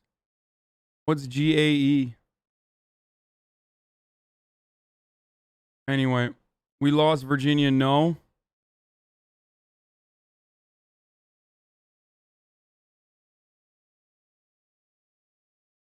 Trump has, 53% of the vote in Virginia? No,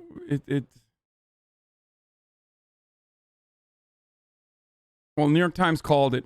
So they probably called it because they looked at the important districts where Joe Biden is probably running up the numbers.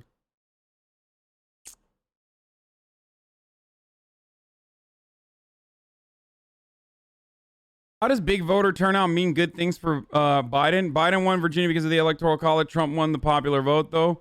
Finally, the Electoral College is good for something? What?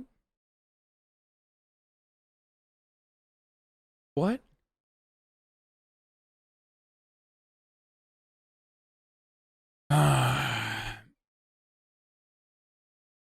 take the last 5 presidentials, it's 50 million votes have been cast for the presidency, and 19,000 separate the Democrat and the Republican. When you attack all 50 million over the last 5 presidentials, it's Democrat and Republican separate by 19,000.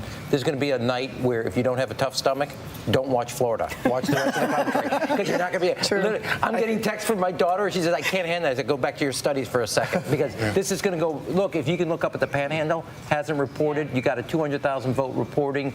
This is going to go back and forth. But the Panhandle is likely to be very strong for the president. But it's a light vote. It's not a big vote. It's going to be strong for him, though. This is why Georgia... Yeah, Rom, except the fucking big vote's supposed to be Miami-Dade. And Donald Trump is crushing it there. So what the fuck is that take?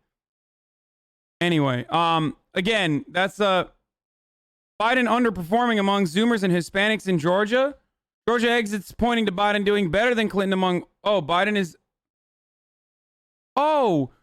exits pointing to Biden doing better than Clinton among whites and older voters and underperforming among younger voters and Hispanics.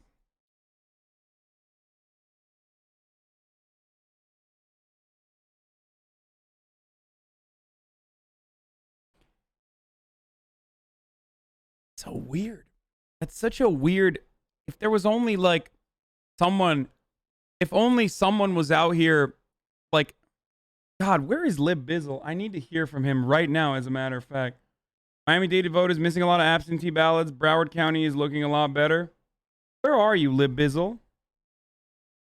And also, Idishder, who routinely are some of the poll watchers in here, who kept saying to me, Son, you don't know what the fuck you're talking about with Hispanic turnout.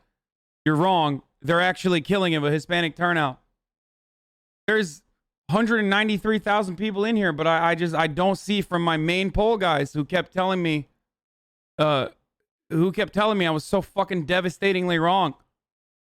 Now, I might be, and I hope I am. Ultimately, I hope I am wrong on Hispanic voter turnout and Zoomers.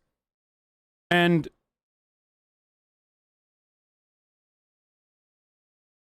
we shall see. This is extremely relevant.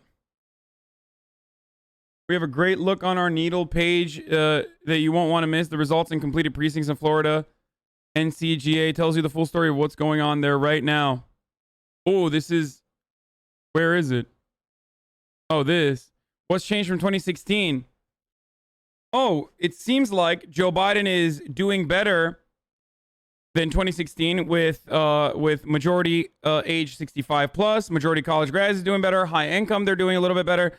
White, fewer college grads, they're doing a little bit better. Obama-Trump areas, they're doing a little bit better. This is negligible stuff. Whereas Republicans, and if there was only a person that was out there that kept saying like Republicans are going to do a lot better with Hispanic voters and black voters, if only there was like some fucking himbo dipshit out there who kept saying Republicans are going to be surprisingly doing a lot better with... Not enough to win, by the way. I'm just saying that like these are areas that you don't need to lose. Okay? Majority black, Republicans are doing better. Urban areas, Republicans are doing 5 points better. Majority Hispanic, Republicans are doing 11 points better in majority Hispanic precincts. That is fucking insane. You understand? That's absolutely insane. Cuban neighborhoods doing 11% better. Now, of course, the Hispanic Cuban vote is going to change throughout the night. Throughout the night, that will, of course, change as we go to different areas where there are different Latino populations, specifically Mexican Latino populations, which are going to be voting differently. If the Hispanic voter turnout and the younger voter turnout does not show up in a place like Maricopa County, that's not good. That's really fucking bad. That is the key. That is literally the key to winning Arizona. Okay? And if you lose Florida, there are certain areas that you got to win. Now, Florida is close. But the reason why you're looking at me and probably saying, why are you freaking out? Like, why the fuck is Florida looking bad? I don't understand, Hasan. It seems like it seems like Joe Biden is winning Florida, is because I'm looking at the districts of Florida with 79% of the estimated votes reported, and I'm looking at the race tightening. But more importantly, I'm looking at big gainers for the Democratic Party, specifically Miami-Dade County. Okay? God damn it, Florida should not come down to the wire like this, especially when Joe Biden is performing so well in comparison to how he did. Oh, never mind. Pinellas County is also coming back around with 90% of the estimated votes reporting. This is getting too close here. This might be down to a couple thousand votes, which is insane. This is Pinellas County, as I mentioned, is a county that went to Donald Trump by super slim margins here. And Hillsborough County, Joe Biden still has a big, comfortable lead there with 90% of the estimated votes reporting.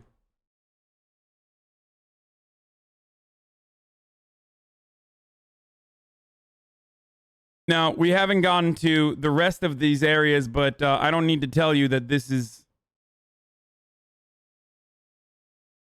going to be deep red. A lot of this is deep red, with the exception of population dense areas that are supposed to be.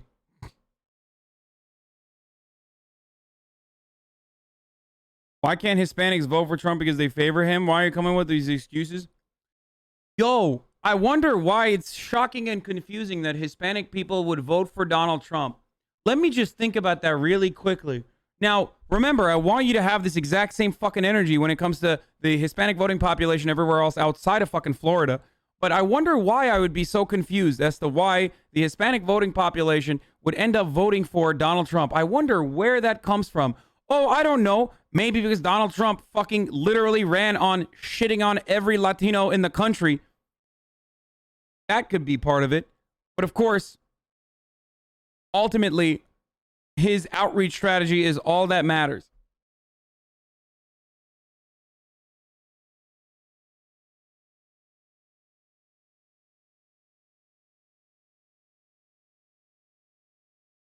Can we check the other states and get back to Florida? We can. Hold on. Let's see what the fuck these guys are covering now. I want to tune into Fox. You called West Virginia for Shelley Moore Capito. She was the first woman to represent West Virginia in the Senate, and she will be returning there for another 6 years. I think when it comes to candidate recruitment, when you look at Mitch McConnell, what he was able to do versus what Chuck Schumer was able to do, even though there are very close races to watch tonight in the Senate, that Mitch McConnell probably wins when it comes to that score. Juan, let's bring you in to the conversation here. It makes me think about South Carolina, about Lindsey Graham's race against Jamie Harrison. Lindsey Graham also probably got a bit of a lift from the judiciary. When people say legal immigrants vote Trump because they don't want illegals flooding in, it really tilts me. Hey, man, you know the only difference between a Cuban immigrant and a Mexican immigrant? It's literally legal because Cuba is a communist foreign adversary, according to the U.S. State Department.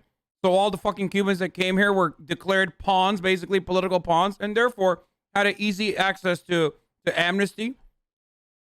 So shut the fuck up. This notion that and by the way, that is at the heart of the reason why Cubans are so fucking reactionary against other Latino populations, specifically older Cubans. Obviously, there's plenty of younger Cubans in here that know exactly what the fuck I'm talking about. What do you mean? They literally got amnesty. They got citizenship. So they think, oh, yeah, fuck everyone else. Why can't they come our way? Yeah. And usually in these races, Martha, people want to be the outsider. They want to be the change agent, not in the case of Lindsey Graham versus Jamie Harrison. But I just want to go back for a second to that Kentucky race, because I think so much of that was driven in the internals on the Democratic side by what happened with the police killing of Breonna Taylor. And what you get then all of a sudden was a tremendous divide among Democrats in terms of who the nominee would be, and a black candidate coming up strong against Amy McGrath. She just barely held on at the very end of that Democratic primary process. But I don't think that she was positioned in terms of the fact that, Mitch McConnell brings home the bacon in a big way for the state of Kentucky. And oh my God, Mitch McConnell's destroyed Kentucky. Essentially a socialist in the eyes of the Trump campaign as they're going after the former vice president has been effective. This is a message that for all of the perhaps lack of message discipline that President Trump himself may have had over the last 10 months or so, the campaign itself has been very focused on that particular attack line. We saw it at the convention here at the... Or maybe We should stop being gigantic racist douchebags in the media collectively and within the Democratic Party as well. And stop thinking that just because someone is fucking Cuban, that they should be considered a monolith with the rest of the fucking Hispanic voting bloc, when the rest of the fucking Latin American voting bloc is not even a monolith in and of itself. Why do I know this? And I've only lived in this fucking country for 11 years. How the fuck do people that have grown up here that do this for a living not recognize that? They're like, oh my God, I can't believe Cubans are voting this way. Motherfucker, Cubans always vote this way. The only time, how many times did I tell you guys earlier today? The only time that the Cuban majority vote was ever secured by the Democrats was under Barack Obama in 2008. And that was a really slim margin. And you know why? Because younger Cubans turned out and voted for him. That's it. Every other time, Cubans have historically been reactionary as a motherfucker, running after them just because they're Cuban, just because they're fucking Latino, or just because they're Hispanic, especially when a big chunk of them are also white Hispanics too, which does factor into how racist you can be, especially towards other like Afro-Latino people or darker skinned Latino people as well. You like Cubans, especially in Florida, straight the fuck up reactionary voters. Stop trying to win them. It's like going after racist Andes in Kentucky or some shit and being like, oh, I don't understand why Kentucky didn't flip for Biden. It's like, dude, that's not like, let go. Rip that Band-Aid off. But the reason why the Democratic Party focuses on it is because, well, one, they're a big voter bloc, especially in Florida, and two, because they're Hispanic. So the Democratic Party's like, I don't get it. Why aren't we winning these guys? We're supposed to win with black and brown people. It's silly as fuck.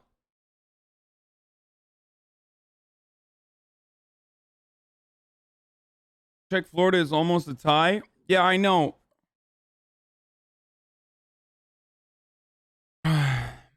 Latinx impact in battlegrounds. Latino working class voters, non-college. In 2016, they cast 589,000 early votes. In 2020, they cast 1.8 million plus. And the most votes, highest share of Dem support came from Latinas 18 to 29. Oh, thank God. Holy shit. I hope this is right. I don't know what this looks like, but that would really be a game changer. Anyway, let's take a look at these needle dicks right here.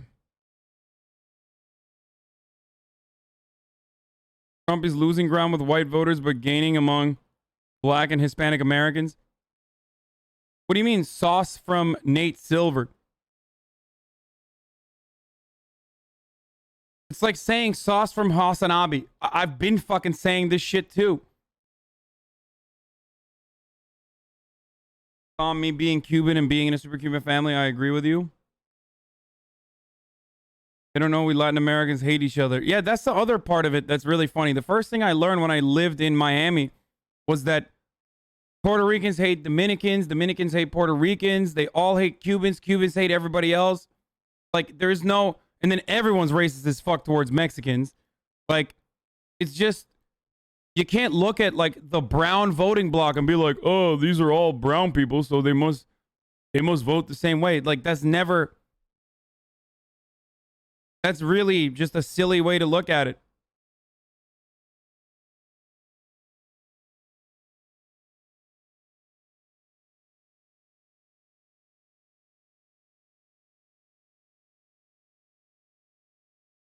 No way, McConnell won? Dude, that's crazy, dude. I can't believe Mitch McConnell won, dude. That's wild. Wow. I'm so shocked. Holy fuck, Georgia. 7% reporting, needle showing 3 for Donald Trump. What the fuck is happening in Georgia? Florida showing 3 for Donald Trump. Georgia showing 3 for Donald Trump. This is not good.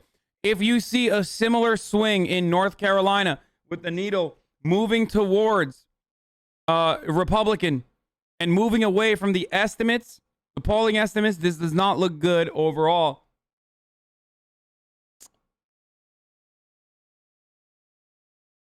Biden is up less than 100K in Florida with 200K Trump-aligned votes left through the panhandle. I have to pee so bad. I've been holding it in for way too long. Okay, I'm gonna just fucking run this. Oh, fuck, he said we'll be back. God damn it. Nationally, there's some good news for the Biden campaign on that. He's up 3 points over Hillary Clinton comparatively. And I want to take you deeper into Ohio, which is one of those battleground states that just closed. So you see women voters in Ohio going to Biden, 52 compared to Trump at 47. And when it comes to white women, which you and the panel have been talking about a lot, white women still favoring Trump over Biden. But again, his numbers are trending better with white women than Hillary Clinton in the last presidential campaign. One of the things that's really interesting is how men are voting, though, Elaine. This is starting to emerge. These are our nationwide polls. Men in the U.S., 49% going for Biden, 48% for Trump. Neck and neck, obviously, but that's still up over what we saw in the last election. In fact, when it comes to men, this is 8 points higher than Hillary Clinton did. And when it comes to white men, Biden still trailing the president. But again, those numbers are up 10 points over Hillary Clinton. Elaine. All right, Lana, Zach, thank you. We'll be checking in with you throughout the night.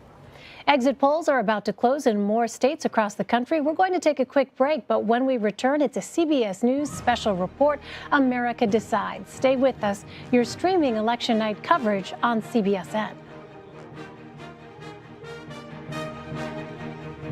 Woo! Okay. All right.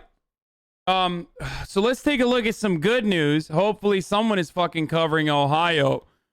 Let's take a look at what's going on in Ohio, but I don't know what the hell's happening. Maybe exit polls. Is that the reason why people are saying Ohio's overperforming? I haven't really seen anything. All right. Ohio is estimated to report 24%, 25% of the vote, all the way to 30% of the vote. And Joe Biden is actually, what the fuck, overperforming by a significant margin. What is happening with Ohio? How the fuck are Ohio? Hold on, let's take a look at Ohio really quickly. See how they are. What? Now, Ohio, ladies and gentlemen, Ohio is a 8-point lead in 2016 for Donald Trump, and the polling average shows Donald Trump winning by 0.8%. Now, Ohio is a close race. It's supposed to be close, but it's supposed to favor Donald Trump. So that's a wild. That is really, this is kind of crazy. Now, Ohio, the reason why we're seeing a significant bump for Joe Biden here is because Ohio's early votes are coming first, and most of the early votes are going to be reported literally in the next hour. So, like, they're just running through all the early votes. But this lead, I'm not entirely sure. I don't know why this lead is so fucking sizable currently. I think they're overperforming by, even with the estimates, they seem to be overperforming in Ohio. So that's really good. But these are the early votes, just so you know. These are the early votes.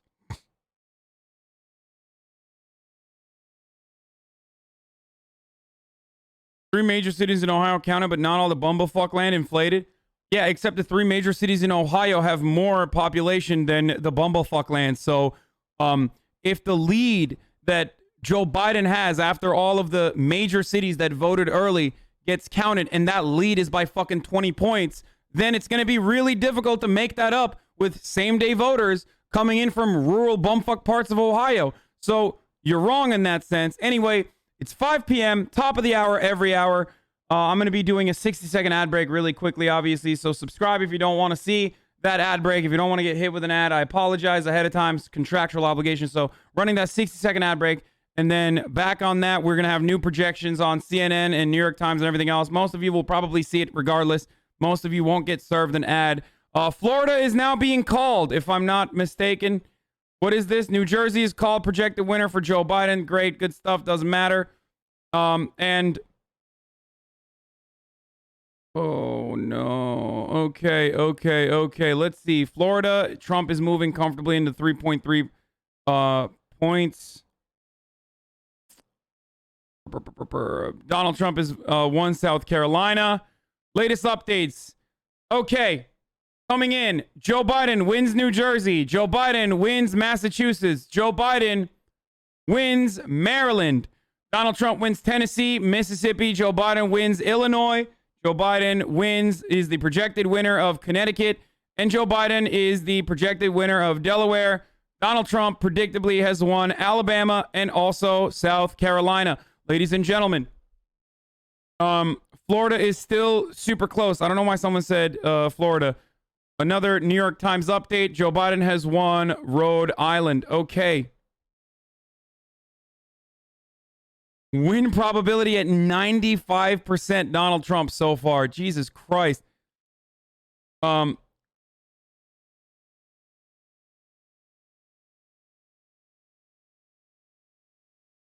Okay. Yup. Let's take a look at shift from 2016. Wait, why aren't they showing the margins? Never mind. Okay, this doesn't mean shit.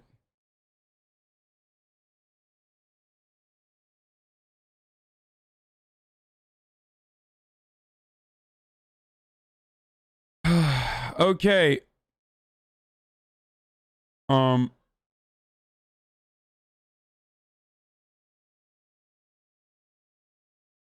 Texas, why am I not seeing results on here on Texas? Is it Decision Desk? Is that why?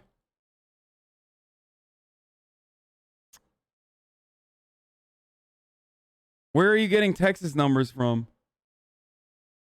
Why are you talking about Texas? Where the fuck? Ed Markey won his Senate race? Yeah.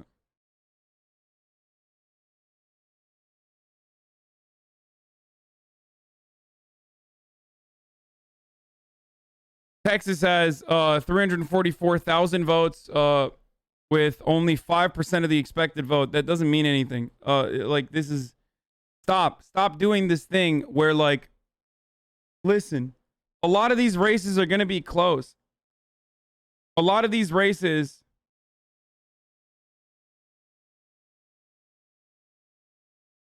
A lot of these races are going to be close, especially with, like, Texas, if polling is correct.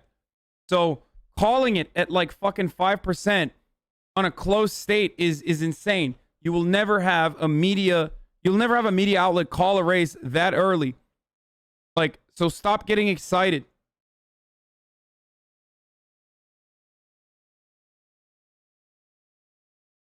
Like, even Fox News hasn't called it for Donald Trump yet. Even though Donald Trump is probably going to win Florida, if we're being honest. 16% reporting in Fox News doesn't mean shit. All right, going back to the needle, taking a look at that. Refreshing the needle, seeing that Florida is still 3.3 for Donald Trump, leaning Trump.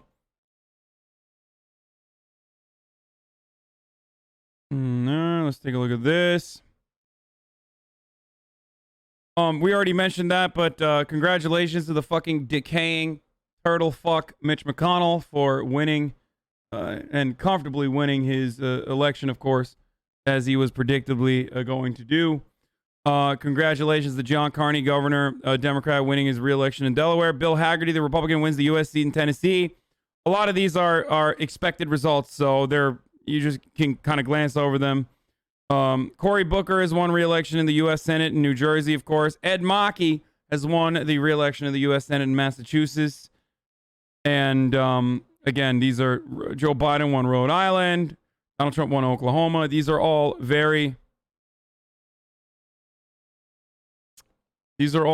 predictable rates. Fulton County, Georgia's latest county and home to Atlanta, has its election results delayed after a water pipe burst. What?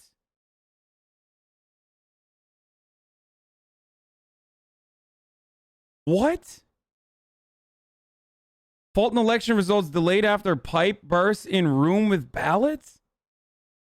Fulton County's absentee by mail processing operation at State Farm Arena was delayed 4 hours today after a water pipe burst in a room full of ballots.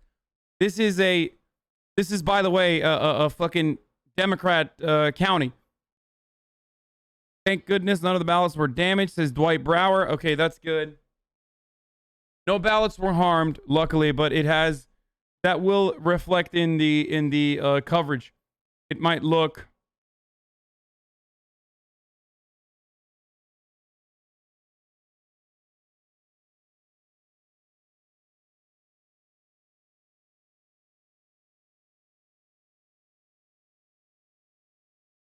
Okay.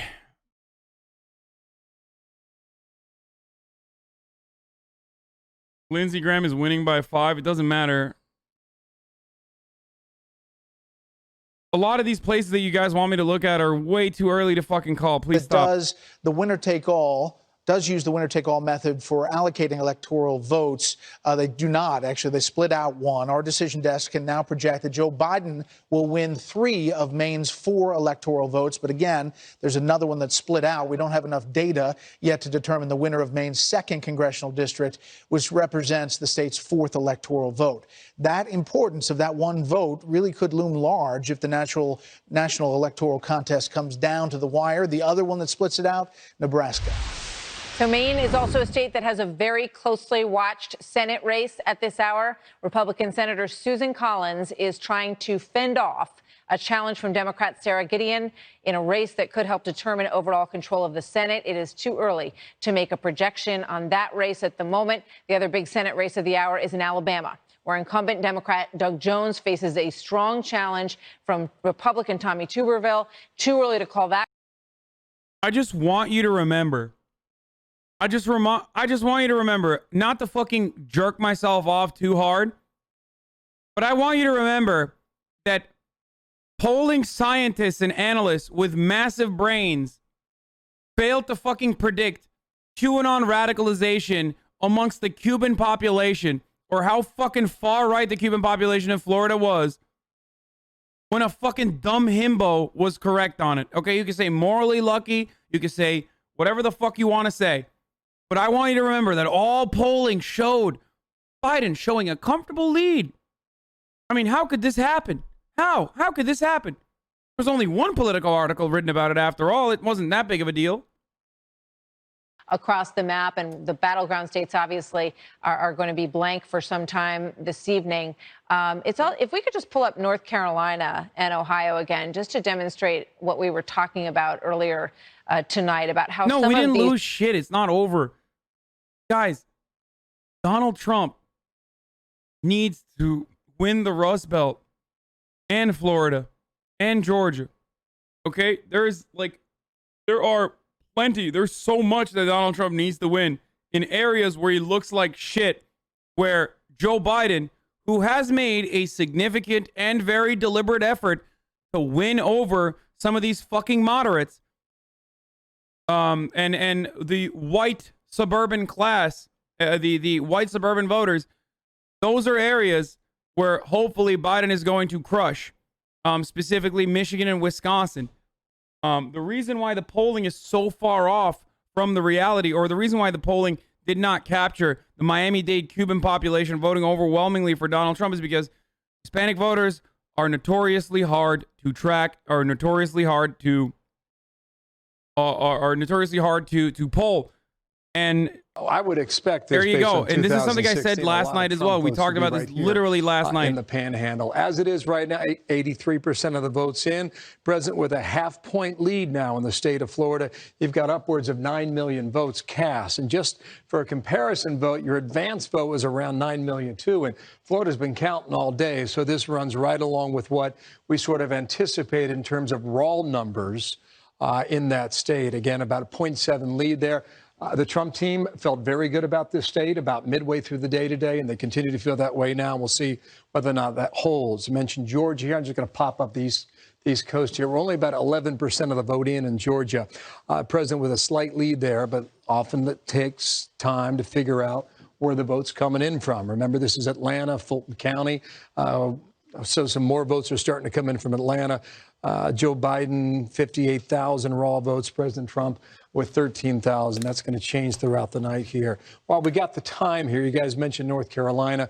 Been a little stubborn, only because they had a bit of a delay. It's supposed to be 7:30. Got laid about a little bit past 8 o'clock. So as it starts to fill in here, not a ton of data here. We can start poking around. Well, this is Robeson County. We just talked about this a moment ago.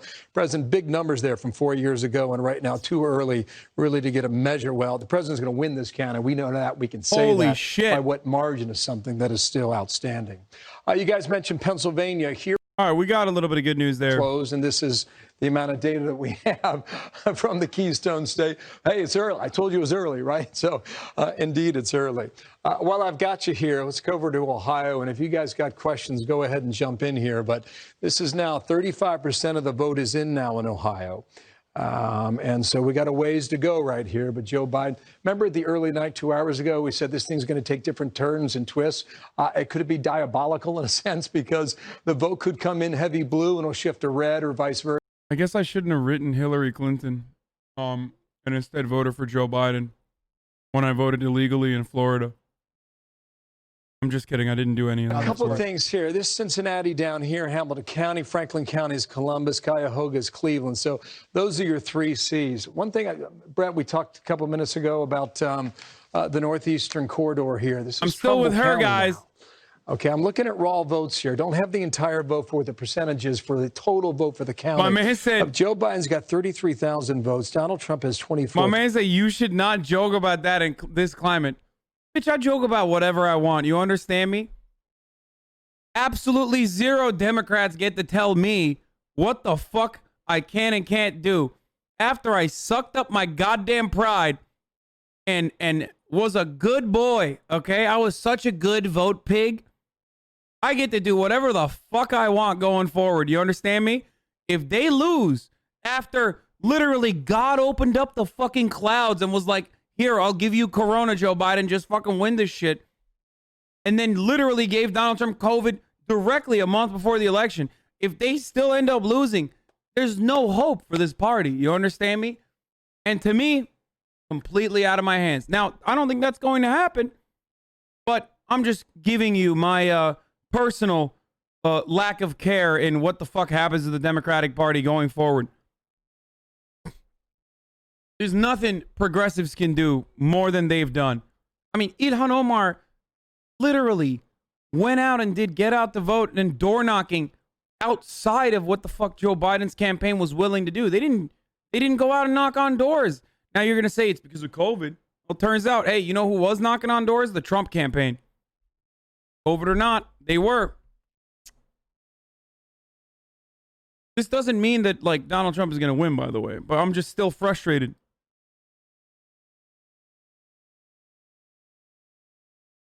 I would like to take Bernie's load, give Biden power in this election. What? I'll say 350,000 total votes in Franklin County so far. 4 years ago, you're in excess of 600,000. So we've got some votes to still come in this part of Ohio. Bill, let's take another look at Florida. And I just want to take a look at some of the voter analysis questions on coronavirus from Florida voters. And the question is, say if you have had this experience during the coronavirus pandemic, you or someone in your household has lost a job or lost income. 56% of the people who said yes to that question are Biden voters. 41% of them are Trump voters. Have you lost a close friend or family member to the virus? Among those who said yes, 65% are Biden voters and 32% are Trump voters. These are Florida numbers. And obviously, Florida, fared well in the beginning and then got pretty hard hit by the virus. Your thoughts on that and where we might see counties that would be responding that way? I think it's a very interesting point you make, Martha. And we can throw this map around for COVID as it affects the world and also how it affects the U.S. So I'll show you that throughout the night. You're right about Florida. It peaked in July, but then they started to get a handle on it. So, how are these folks feeling down here in Florida? I think the example we used in a moment was the seniors in Sumter County and how they feel. So, all right, so far, the margin for Joe Biden is slightly better than what Hillary Clinton did 4 years ago. Right, slightly better, just about 2 points better. Is that enough to flip the state? Doesn't appear to be right now. At 85% of the vote tallied here, the president's increasing his lead since the time we came on the air 4 minutes ago. So if that trend continues, you can in all likelihood make a call here in Florida shortly. Again, the panhandle is going to fill in. And as I mentioned a moment ago, this is deep red country here. And I would expect it to be the same case just coming up here. Decision desk is called Florida for So Donald Bill, Trump. we are competing with you on the desk here. We have now our own board. Go for at which, we're talking about coronavirus. With 200,000 extra votes, look at this nearly, heat or map, not even, with and 100,000, you look at 200,000 where votes, Donald Trump. This is a major factor in this country, and it goes from yellow to deep red. I mean, the country is essentially red or light red across the board. Florida is in the deep red category as far as cases. So coronavirus is hanging over this entire election. And the question is whether it's the lockdown. Got count mail-in too. Yeah, I told you, Florida is one of the first states. Or Joe Biden saying that the president's not handling it effectively. Yeah, it's a good question. This is October 5th. And this is why being pessimistic is not the worst. I mean, you expect these sorts of things to happen where Florida gets lost to Donald Trump and then the election is called on Pennsylvania if, of course, the rest of this Rust Belt behaves in the predicted way that it's supposed to. Looking at Ohio is a decent indication that Biden is overperforming in Ohio. And if Biden is overperforming in red-ass Ohio, then, that means that he has a pretty decent shot at crushing in Wisconsin and Michigan where he's supposed to. Check out Williamson County in Texas. Trump won it by 10% in 2016. Fox News is fake. Project about 26% of the expected vote in, and right now it appears, Tom Yamas, that Donald Trump has a sizable lead. Yeah, it's still really early, as you mentioned. I want to blow up Virginia here because it's a little smaller in our map. Here's part of the problem right now, why we don't have a good sense of what's going on. The D.C. suburbs, Alexandria, Arlington, that entire area, Fairfax, that's going to be 25% of the vote, and a lot of that so far we don't have in. But where Donald Trump is winning, he's doing really well, and he's actually overperforming in some areas. When we look at Henrico County, this was a county Democrats won pretty decisively 4 years ago. You can see 57 to 36. Tonight, right now, with 36% of the vote in, Donald Trump's on top. In the swing area down here in the Hamptons Road area, Virginia Beach, Donald Trump barely lost 4 years ago. Tonight, he's up, and he's up big. But again, it's still very early in Virginia, George. We're still waiting for a lot of the vote to come in. You see a lot of these red counties. This is the same way it looked 4 years ago, yet when the blue filled in, that's when Democrats won. Tom Yamas, thanks very much. Now let's pull up Texas. Seemed to become a battleground late in the game of this campaign. Yeah, so we take a look at Texas. A lot of the vote not in yet. What we do have, of course, the most important county in Texas, the biggest county, Harris County right here. This is Houston, 56 to 42. He's matching Hillary Clinton so far. One of the big reasons Democrats thought this area was in play, that Republicans were vulnerable, is because Donald Trump underperformed from Mitt Romney, and he did it in an area here. I actually want to check one of these counties. Fort Worth, this is Republican territory right next to Dallas. This is Fort Worth. It's neck and neck with 80% of the vote in. That's actually very good news for Democrats. Democrats have to be very happy about that number. Just north in the suburbs of Fort Worth, Denton. This is also a Republican county, 45-52. But you can see right there, George, Joe Biden, he's building on Hillary Clinton, what she had. He's overperforming there. Still a lot of the vote out. You'll remember all of East Texas, that's going to be Trump country. The border is going to be... God damn it, Bobby. Bexar County, San Antonio, and of course the ring counties around Houston. Okay, thank you. Marcus Moore is in Texas, and of course, Marcus, Texas, one of those states where the early vote produced more than 100% of the 2016. Sorry, I just lost the radical Texas vote.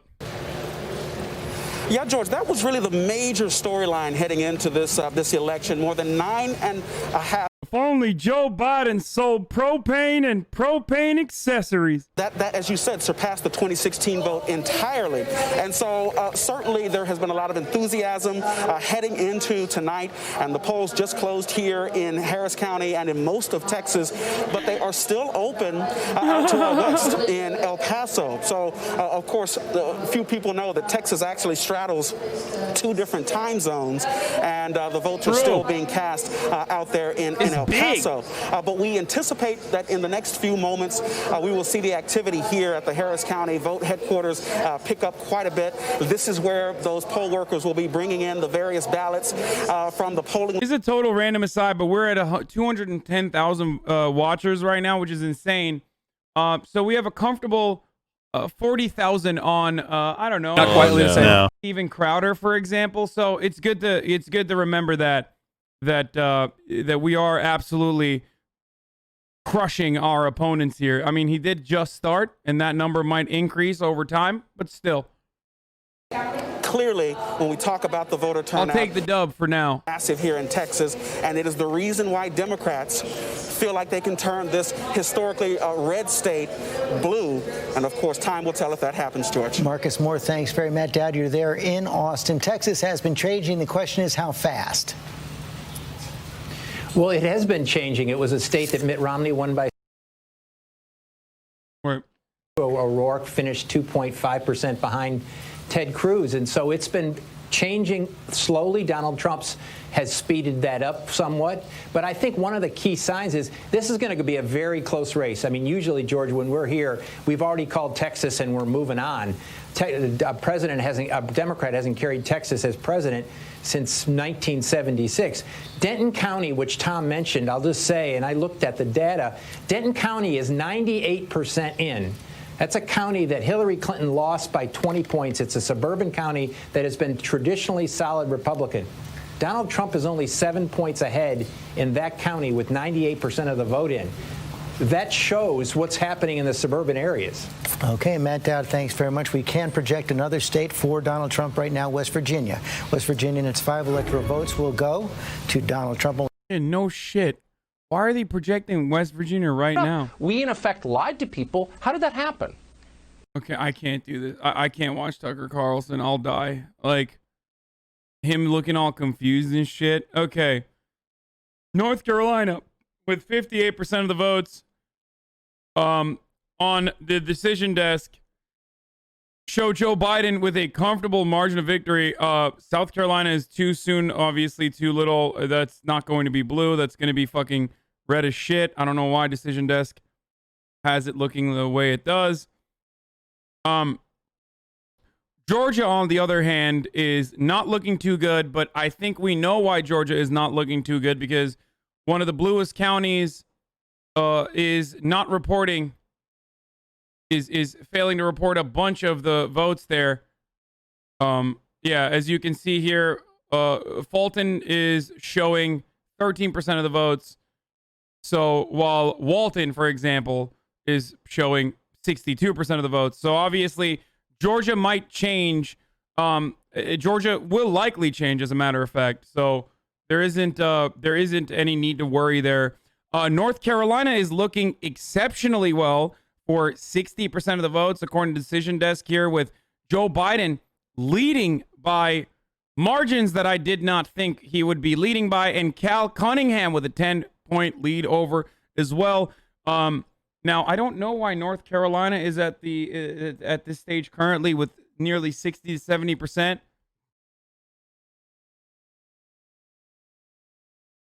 You said it's all because of the early votes. Yeah, but it's 70%.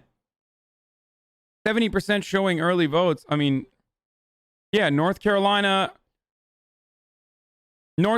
shows Biden losing instead of, I mean, Biden losing like 2 points to 3 points, putting Biden at, now it moved over to Trump. Oh, Jesus fucking Christ. Okay, North Carolina needle showing Trump with plus 0.4. I don't know why Georgia is showing plus 4 for Donald Trump. Donald Trump is actually leading by a lot in Georgia currently, but like I said, there are a bunch of votes that haven't been counted for yet. So we shall see what happens. I jinxed the fuck out of that. Anyway, once again, the problem here is that Georgia, North Carolina, Florida, these weren't immediate locks for the Calp isn't showing either for Georgia. Yeah, I don't know why the New York Times needle is like running with the Georgia results as is. It's kind of weird. I'm sure they usually put that in their estimates. But anyway, as I was saying, so the Crowder fucking you now get more viewers, Hasan. I mean, it's not gonna happen. Like he probably will have more viewers than me. Hispanic voters exit polls on CNN showing Florida in 2016 plus 27 for Clinton, 2020 plus 8 for Biden. Georgia showing plus 40 for Clinton and only plus 25 for Biden. In Ohio, Hispanic voters showing plus 41 for Clinton, plus 24 for Biden. Hey, can I just say something? This is the kind of attitude. This is why we will fucking, this is why. If you have this kind of energy, now the Ohio Hispanic population isn't all that consequential. If Biden is making significant leeway in the 65 plus or in the suburbs, then it literally doesn't matter if the Hispanic population of Ohio is like voting for Donald Trump or not voting in general. What happened to Hispanic voters? Hasan, what happened to Hispanic voters? Why is this happening? Well, I don't know. Perhaps not having any targeted voter outreach to Hispanic populations could have something to do with it. I don't know. That seems like kind of a big deal, especially because when Democrats win big with the Hispanic voting bloc, they're not winning the older Hispanic voters. They're winning younger Hispanic voters. And younger Hispanic voters are in here, in my chat, as a matter of fact. If you would like to find out where America's younger Hispanic voting bloc is, fucking they're in here. They're literally in here right now. They're watching me getting angry because I have to repeat the same fucking shit I've been saying about Hispanic outreach for the fucking past month. No, it's not just like playing Despacito. Or it's not just having Ana Navarro be like one of the leading parts of Hispanic outreach. It's a lack of positive promotion. Like, you're not talking about some of the policies that you want to go for. And not just on the immigration front. That's a big deal, certainly. But that's more of a defensive position that you take against the Republican Party. Immigration is a key issue, certainly. But what you have to remember, for the older Hispanic population, and especially for the younger Hispanic population, Medicare for all and ideas like social safety nets are supremely important. Even with conservative Latinos in places like Texas, where they're clear-cut Catholics that believe that abortion is murder, they still have a very favorable opinion over social safety nets. Now, that's the exact opposite of Florida. When you look at a place like Florida, it's the Cubans are fucking out of control, completely reactionary, and think that, like, you know, Social Security is fucking socialism and therefore needs to be punished at gunpoint. So don't try to fucking win those guys over, because you can't. Regardless, you should be doing dedicated outreach towards the Hispanic population, a lot of them younger, in areas where it fucking counts.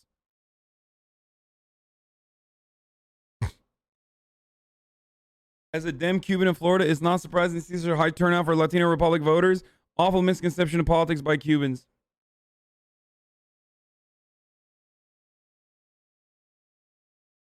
New York Times had an article recently on Latinos and male Hispanics supporting Trump for what they perceive as masculine attitude. Yeah, of course. Why is it? You think only white people are... You think it's only white people that get to fucking get captivated by, like, the macho attitude of Donald Trump? No, of course older Latino men also feel the same way. They like that shit.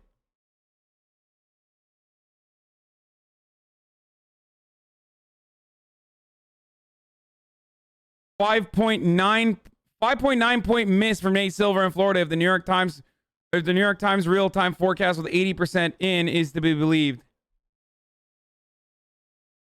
5.2 point miss in Georgia currently. Oh, this is so funny.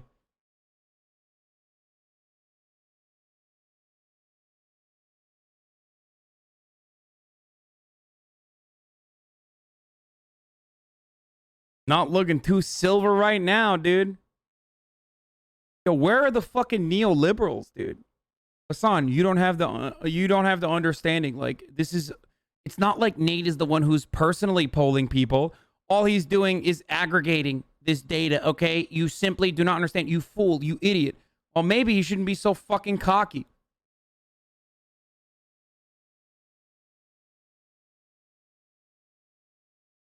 Is Kansas Biden 10? I don't know. Georgia is a farce without main counties. I mean, we'll see what happens in Georgia. I think Georgia is looking the way it is because the main counties haven't reported yet. Again, remember, I told you guys, North Carolina not performing as well as it's supposed to. Pretty close, but it should not be Trump 0.5 plus. Georgia should not be +5 Donald Trump.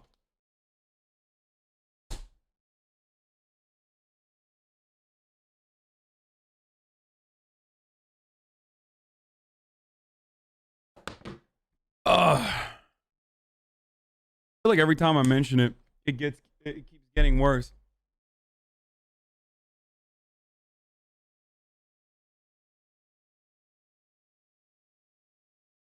Do you think there will be some form of media civil war in the upcoming days?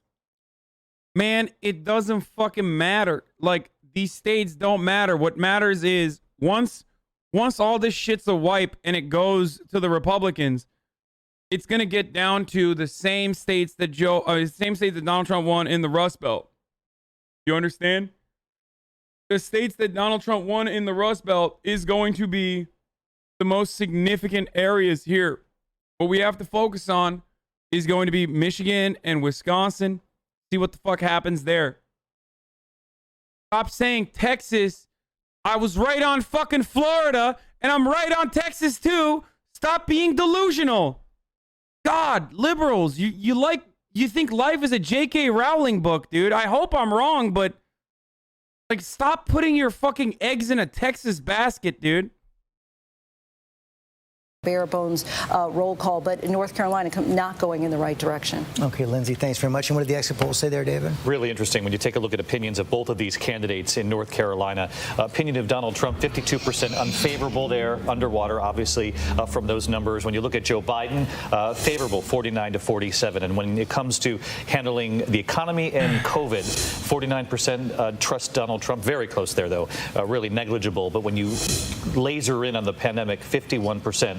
Say Joe Biden would be better moving forward. But a couple of key things, differences from 4 years ago. This shit is crazy, bro. I'm sorry. This shit looks terrible. 45% say Donald Trump would be better at handling the COVID-19 pandemic. We are fucking doomed as a country. You hear me? We are doomed. Donald Trump has destroyed this fucking nation. And it's not just Donald Trump alone, of course. It's the Republican Party. It's the media.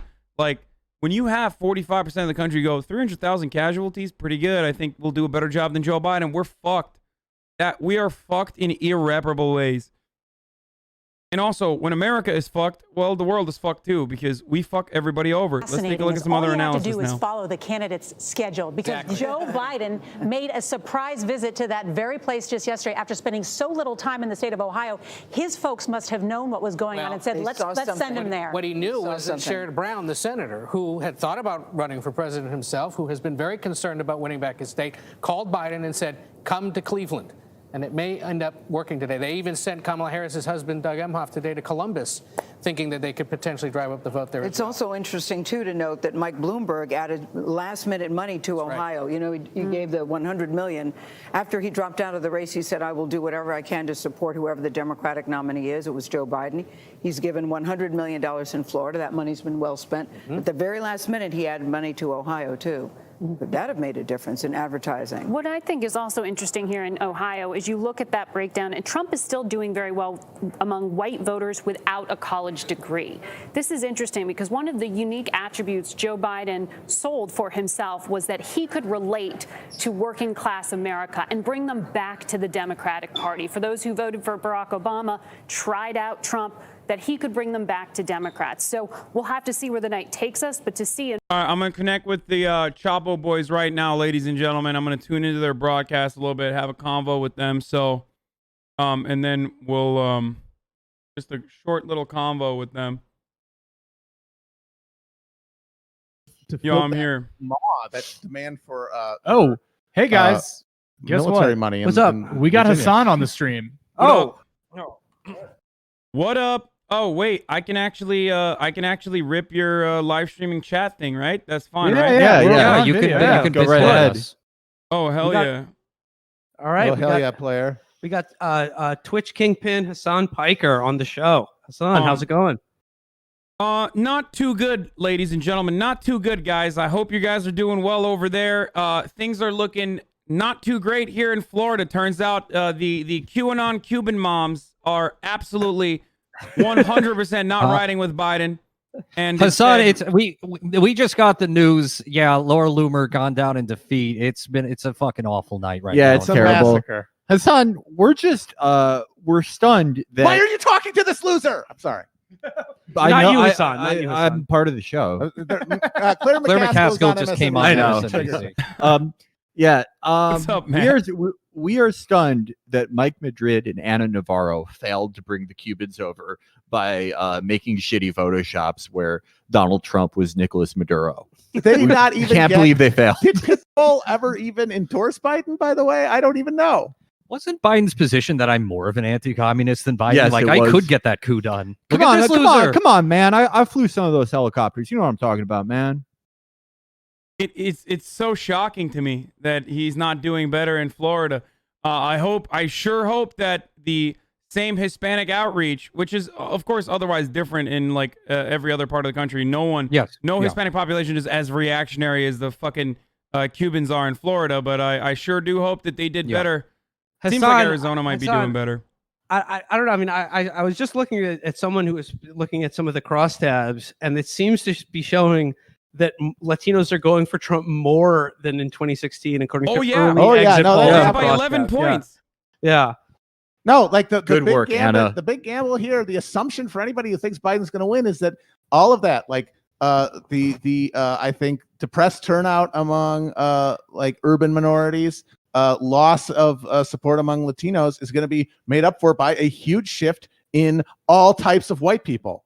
That's the big push here for Biden, is that they're going to make up all losses they have on any other demographic slice of the pie in a huge increase, a modest increase among non-college educated whites, but a huge increase among college educated whites. Yeah. And I feel like that still holds in other states that have different demographics than Florida.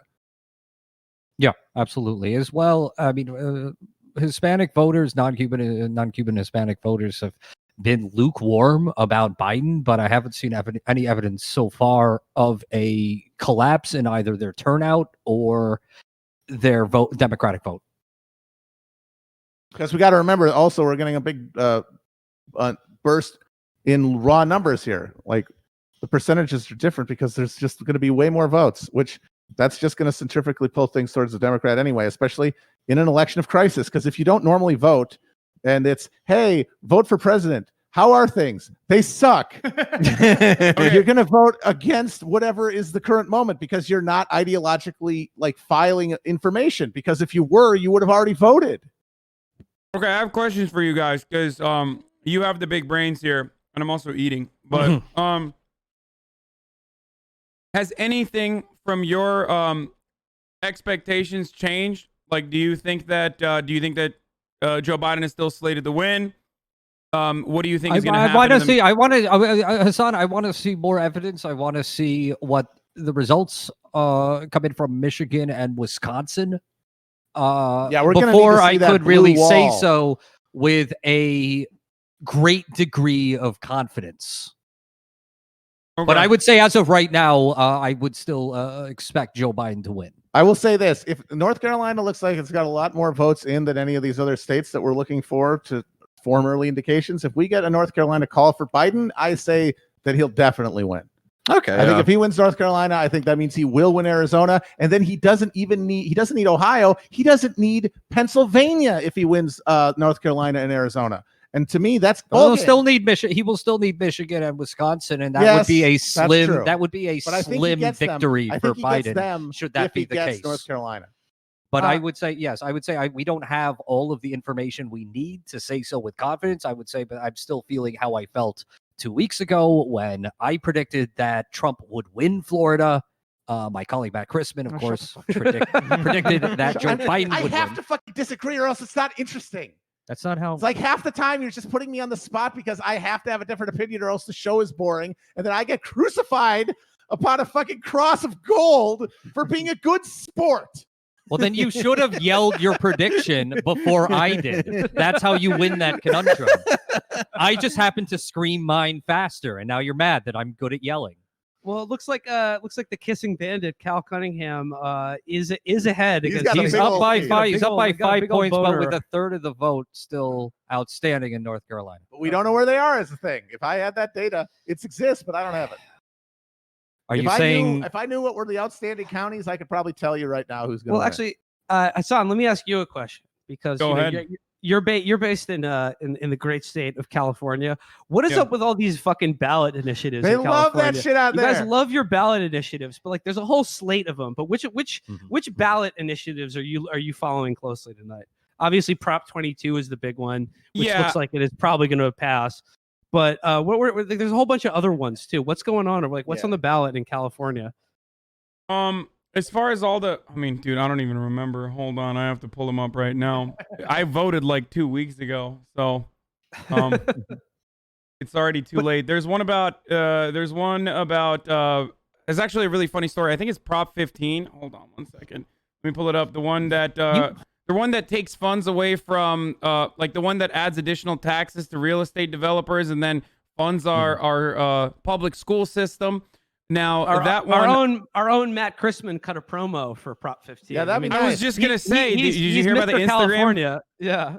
Did you hear about the Instagram influencers that apparently were duped by the some real estate developers that No, I did not. I did not hear about wait. this. Okay. Oh, please, but So that's why I thought you were mentioning Matt Chrisman, but so hold on, where is it?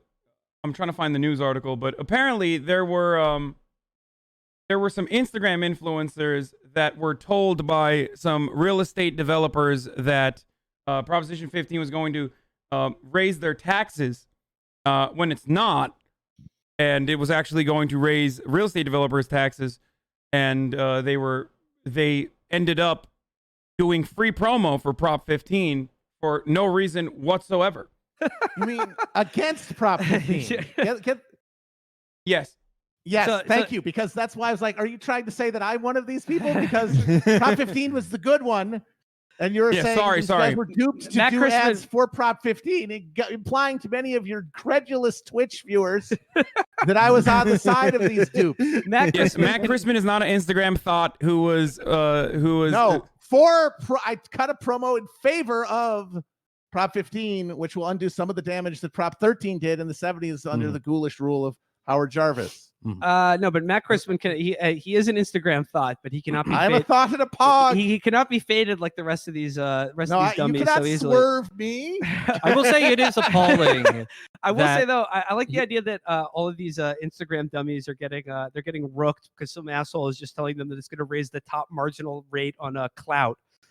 Well, you also have to share your followers. You also have Prop 22, where of course DoorDash, Uber, Lyft, all of these ghoulish fucking companies spending over $100 million to deceive people. $200 million, I think. Up to $200 million. $200 million. One of the most disgusting things that they did, which I'm sure you guys are familiar with at this point, is that if you are a driver and you want to drive your Uber and pick up people, you have to say yes to Prop 22. Jesus or Christ. like Absolutely it literally appalling. comes up. It's Genuinely like, disgusting. do you want to protect yourself by saying yes to Prop 22?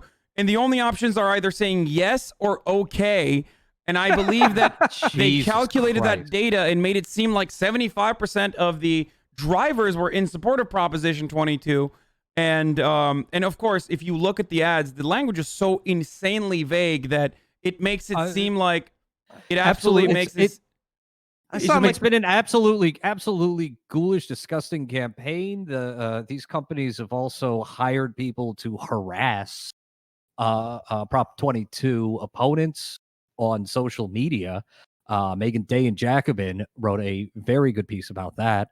Suffice it to say that everyone on the 22 campaign taking this money and working for Uber and Lyft in this capacity, devising this comprehensive marketing campaign and conscripting the very workers who are going to be damaged by this proposition into campaigning against their own interests should be exiled to an island somewhere. And I gotta say, like a bad island, a monster island. Yeah, like a monster island, not like a fun island. For everybody who's And I got to say, for anybody who's going to, because I honestly think that Prop 22 is going to pass. I don't know how you fight that much propaganda, and especially at a time of financial uncertainty, when people are going to flee towards what they are told over and over again is jobs and is stability, and away from something untested like worker control, which is not really concrete in those terms. Is that if it does win, that'll suck a lot, especially when you consider that it has an absurd anti-democratic principle in it, whereby you need a 7/8 vote. Well, you can overturn it with another proposition. To, overturn it, because they understand the absurd nature of democracy in California. That the fact that things can be made this easily means they can be unmade this easily. So you build in within them something people aren't even paying attention to, which is almost no takebacks clause. Well, I don't have. Matt, I'm not as pessimistic, but I really don't have a read on this race. I just somewhat suspect that people are not necessarily going to vote for whatever is on the card that comes with their Taco Bell. I will say this: that California and New York are often, they're brought together in a lot of people's minds because they're the two big Democratic states, right? But they have very different structures politically. Like, for example, New York does not have a referendum clause at all. No. You cannot do that shit. California does it all the goddamn time. I have to say, and that's because mass democracy came to New York in the form of the first political party, the Democratic Party, Martin Van Buren's democracy. Go off, King. Like Van Buren time. We love to talk about Van Buren. The Fox of Kinderhook? Yes, the Red Fox of Kinderhook himself, Martin Van Buren. He created a system that was patronage-based, and that means that when mass democracy came, when like the brokerage model went away a little bit, it was dictated on the terms of these old patronage networks, which did not exist in the fresh new West. And when a progressive sort of majority sort of just formed out of the reality of the Great Depression and the New Deal, it did not have the sort of structure inherent to it. And so democracy took the form, instead of, getting a job from your cousin, the ward healer, getting names on a stupid fucking referendum so we can change the Constitution every fucking 2 years. And what's this? Oh, it's the era of mass media where everyone's opinion is dictated by what they see over and over again, and people could just buy influence there, meaning that they could just choose the laws at their fucking whim and obviate like any democratic involvement. Oh shit. Hasan, real quick though, during Matt Christman's explanation of the early Democratic Party and Martin Van Buren, how much has your viewership dropped in just the last 5 minutes? When I first started Chapo, I think I had 230,000 viewers, and now I'm currently at 184,000, battling my chat to get him to shut the fuck up about the view count, because that's all they care about. Because after all, you guys forget that I am basically wrangling a daycare full of 14-year-olds hopped up on Diet Coke, so the only thing they care about is like round-the-clock updates. You're the lady in the Christmas stockings from Muppet Babies. I mean, Hasan, I gotta say, when we were hanging out with you in Nevada during the Nevada primary, and you showed up for the Bernie canvassing event, you and your friend, and you were wearing like a Twitch-powered backpack and like this, and like a GoPro, where it was just like your POV, where it's just like you were like a mobile streaming unit. You were more Twitch than man. Just walking around like fucking RoboCop in Las Vegas. I think Matt said it's like you had a printer from the 1980s strapped to you. Going to voters' houses. You had a battery pack from a backpack in front of your chest. You had a battery pack. You had your own like Wi-Fi hotspot. Can I talk to you about Bernie Sanders? Yeah, I mean, luckily, despite my best efforts, Bernie Sanders still won Nevada. But I almost tanked it there, especially in the mobile home. In the trailer park that we went to. That was a trip. That was a trip. Watching you stroll befuddled down the main thoroughfare of a North Las Vegas trailer park. He was like heads out and be like, "What in tarnation is going on here?" He was like Alma Garrett's husband. We're gonna show you up in the mountains. I was there. Show you the claim. I was there to tell people living in the trailer park, why aren't you going to vote for Joe Biden in the inevitable general election? How insanely privileged are you, Sweaty? Please check your privilege. So I kept yelling at them, and for some reason, I don't know what Nevada's going to look like, but I had the wherewithal. I knew that Biden inevitably would, of course, secure the nomination. So we'll see what see what happens in Vegas. Well, it's like you had like a camera like that you were holding, and then like there was like a power cord going into the backpack, so you looked like some sort of Gundam. and then we went to the gun range, and you were walking around pointing that at people, and I just thought they were going to shoot us or something. The gun range was great. You were what every really fun, dystopian film warns is going to happen. No, Hasan, hanging out with you at the gun range is one of the funniest things we did. That was awesome. Back when we still thought that like a future was possible. That was funny, wasn't it? That was real fun. Yeah, those were the days, man. Nevada was really good. I mean, those Boston were the party days. Yeah, and then everything changed when the Fire Nation attacked, and of course that's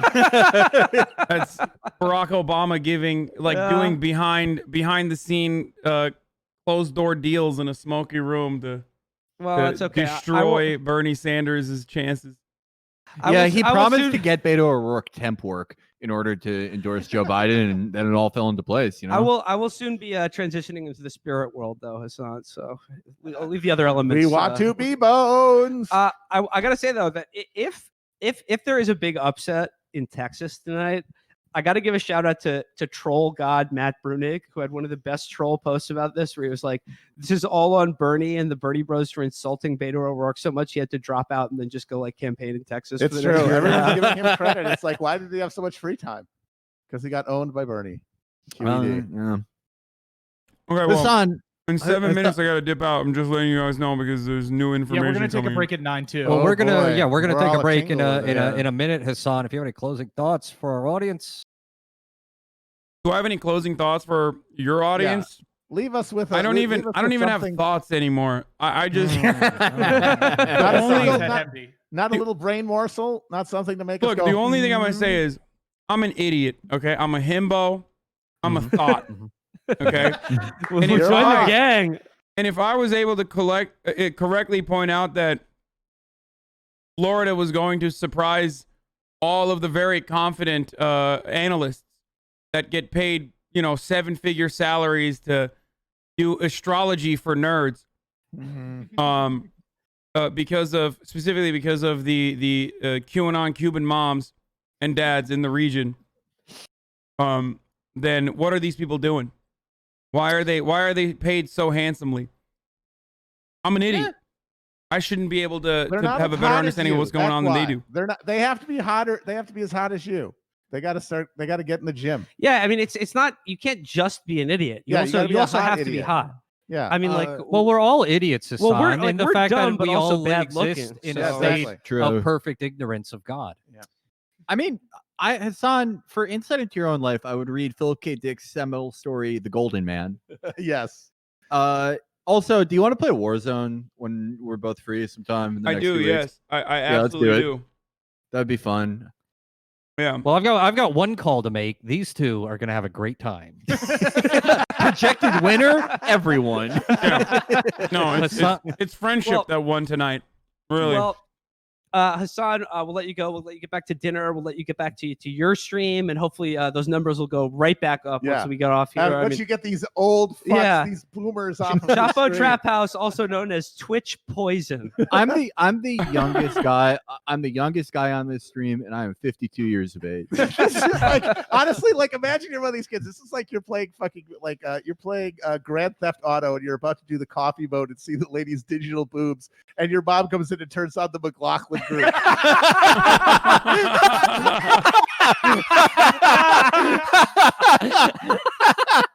There's usually just on they're spamming your chat thousands at a time with, as you explained it to me, like some sort of a reference to anime and gay porn. It's a sound that's made in gay porn or an anime or both. Yeah, exactly. It's a sound from a well-known gay porn clip, and then they're hitting your chat with that about 1,000 times a fucking second.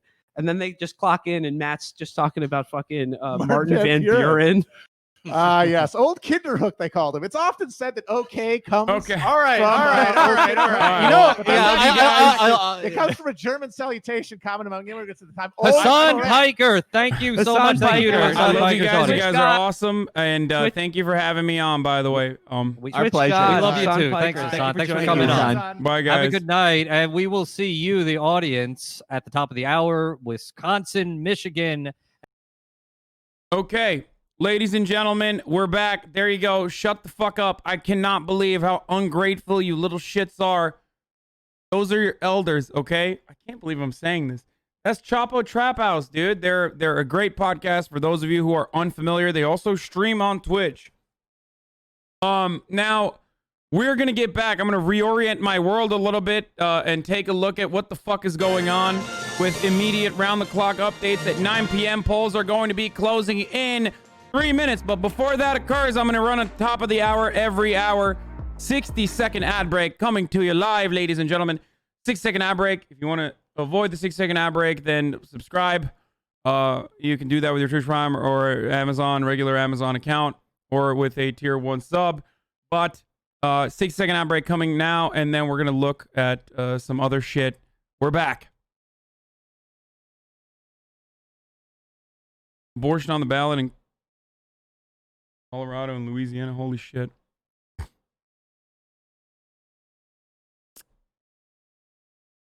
Okay, where do you guys want me to go?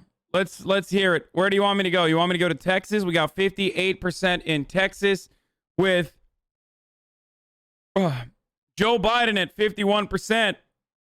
58% of the votes in Texas have been counted so far. That's nearly 7 million votes. Now, we also have North Carolina to take a look at. North Carolina, according to the New York Times Needle, is showing Trump at a 1.2% advantage there. That's obviously not good, and I assume it's reflective of some of the counties that North Carolina was supposed to look good for Biden not performing in the way that it's supposed to. So,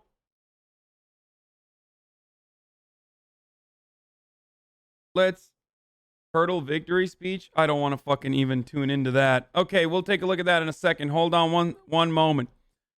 All right, so North Carolina with 73% reporting showing 1.3% of a point lead for Donald Trump. Now, why is that bad?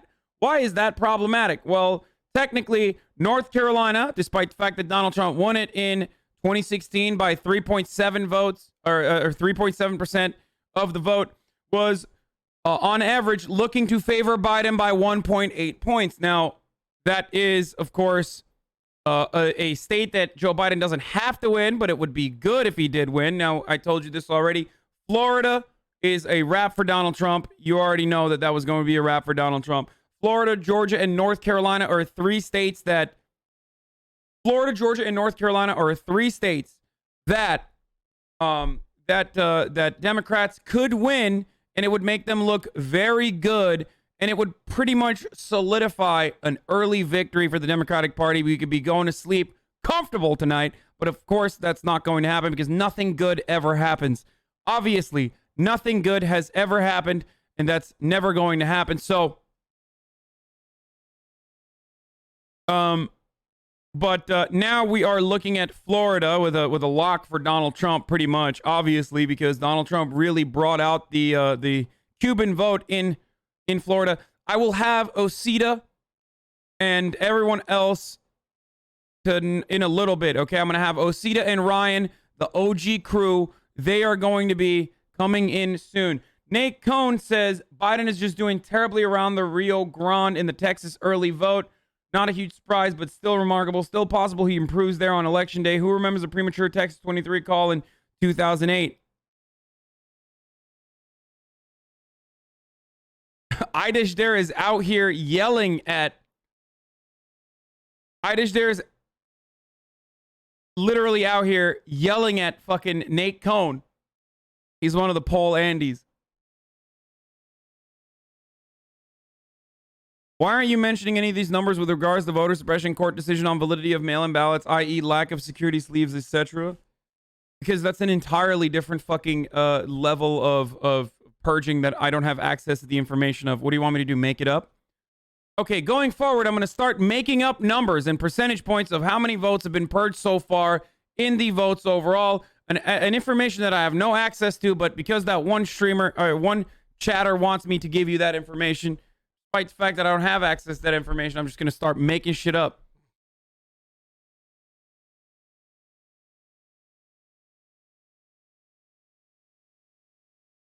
Okay, how does that sound? Pretty good? All right, let's keep going. Let's keep moving. No stopping. New York, Biden will... Early. And Louisiana, too early. Biden, though, with the lead. All right, and let's look at Nebraska. Too early to call there. We're keeping an eye on that one particular congressional district that can be quite competitive. In New Mexico, it is too early to call. In North Dakota, too early to call, but the president is leading. Same story in South Dakota. The president leading too early to call. And Wyoming, it's too early to call. Trump with a lead there. So let's put up our map of 270 and let's see how it shakes out at 9 o'clock Eastern time, 6 o'clock Pacific. And there you have it. Numbers don't quite tell the story. We're going to have to wait for all the votes to be counted. Andrea, we were talking about Texas and Arizona. Now the polls have closed. They'll start counting the votes. The Latino vote, incredibly important there. Incredibly important. And as Chuck was saying, Miami-Dade, Florida, the Cuban-American community is a unicorn. But it's a very different kind of Latino vote in Arizona and in Texas. Oh, they're in a unicorn, Texas, all right. Latinos going by plus 19 for Joe Biden over Donald Trump. In Arizona, Latinos going plus 30 for Joe Biden over Donald Trump. Obviously, a different composition. Only plus 8 for Joe Biden. 2.2 to 4 hour delay reporting in GA. We already talked about that, but yeah, it bears repeating. Ladies and gentlemen, I do not understand why the New York Times Needle, and thank you, Idishder, for attacking Nate Cohn like that. I'm just joking. Don't do that. He's great. But asking questions about why the New York Times Needle is not reflecting that one of the largest counties in Georgia that is supposed to lean Democratic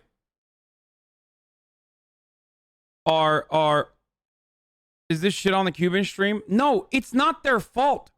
It's no one's fucking fault. If there's anyone to blame for any number of different reasons, it's the Democratic Party. I don't give a fuck if Cubans don't want to vote for the Democratic Party. You're not supposed to. You're not supposed to fucking expect a group of people to vote a certain way. If you misunderstand that, there is a fundamental misunderstanding with my mentality. I personally believe that our elected representatives should try to get you to vote for them. They should do something for you. I know that this is something that a lot of liberals refuse to recognize because we have been bruised and battered into thinking like, oh no, what can I do for you? Oh, what can I do for my party rather than what my party can do for me? But that is not how politics works. So of course, if Cubans don't want to fucking vote for the Democrats, why the fuck should they? As a matter of fact, I've already mentioned when Cubans were won as a voting bloc by the Democratic Party. The Democratic Party is not doing what the Democratic Party of 2008 did. So there you go. No one to blame but themselves, as always.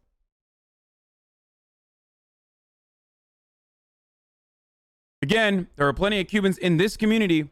A lot of them are younger and are Bernie bros or Democrats in general. So far, the only polling areas for Cubans, thankfully, they're in Florida, all in favor of, okay. As a Michigan Dem, I think Trump will win in all honesty. Keep an eye on Wayne, Macomb, Kent, Oakland, and Kalamazoo counties. Well, I think Michigan... Wait, you think Trump is going to win Michigan? I think Joe Biden is going to win Michigan. What the fuck's happening in Michigan? Please address this. I'm begging you.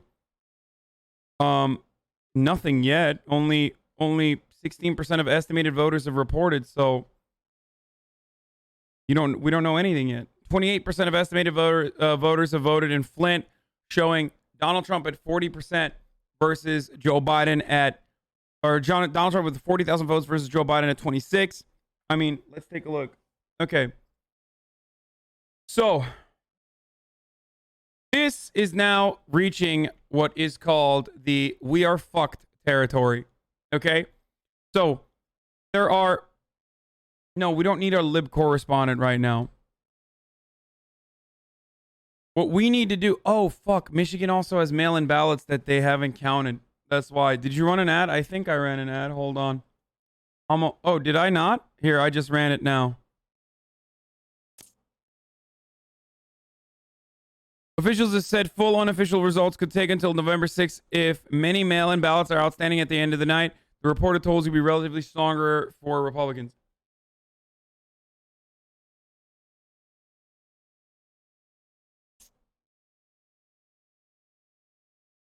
Yes, Trump killed hundreds of thousands of American citizens so that racially diverse groups would vote for him.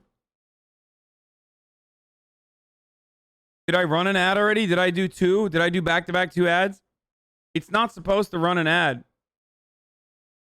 It's literally not supposed to run an ad if I had run an ad already. I'm sorry. I didn't mean to do that. I apologize.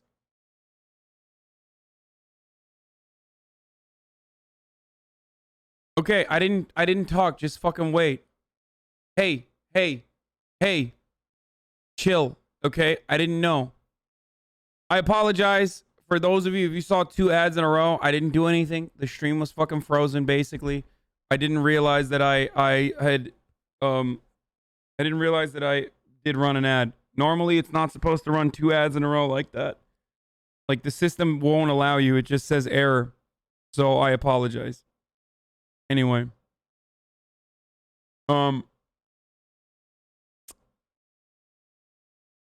So, Michigan is nothing right now. There's no reason to look at this. You're not going to get full Michigan results. There's a lot of mail-in votes in Michigan, and we have no fucking clue. Oh, the We Are Fucked story is, look, if 2020 starts looking like 2016, it's game over. Donald Trump wins. You have to remember that. Like, what the fuck? Donald Trump has 58% of the vote, even though Virginia was already called for Joe Biden.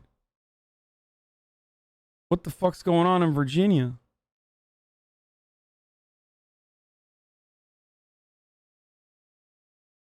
Okay, I don't know. I'll check back with Virginia in a second. So if 2016 is a repeat of, if 2020 looks like 2016, then it's over. Like, then it's a total wrap. Fairfax County has not been counted yet. All of these other states that are deep red are deep red. They're going to be deep red. None of that is new. None of that is shocking.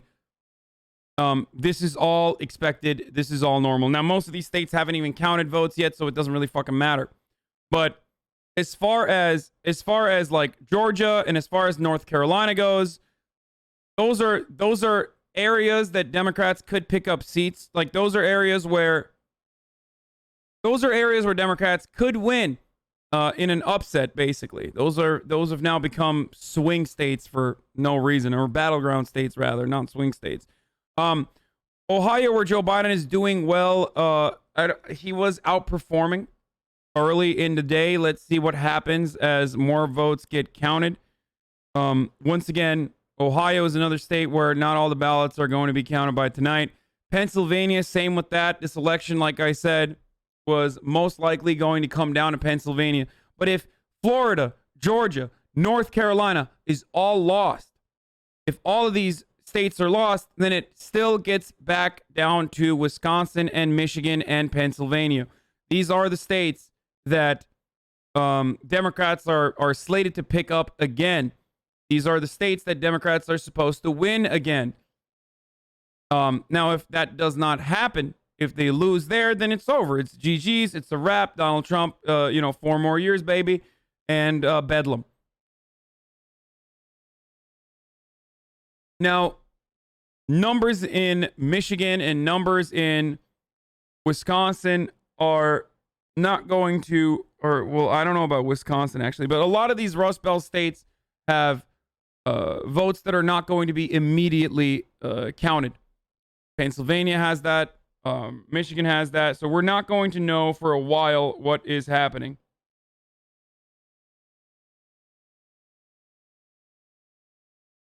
You know?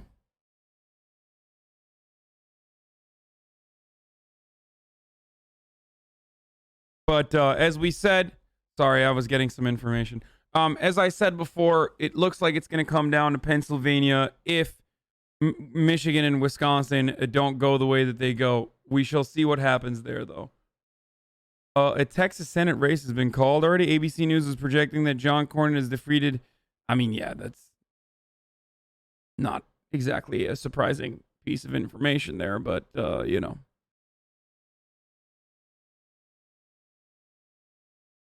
Anyway. Nova isn't counted yet. Look at Kansas law. There's no reason to. HasanAbi loves me. I can confirm it. I love most of you. Some of you I don't really love, but I let it be known when I don't. So as far as Texas, Latinos who support the president, the biggest issues for them are law and order and the economy. So if Texas does turn blue, if it does, let's see if the Latino vote has something to do with that. All right, Maria Elena Salinas, thank you. And CBS News projects at this hour that President Trump has won the state of Arkansas. Also, CBS News projects Joe Biden has won the state of New Jersey. Coming up, Major Garrett has new details on those independent voters and a big change from 2016. You're watching CBS News 2020, America Decides.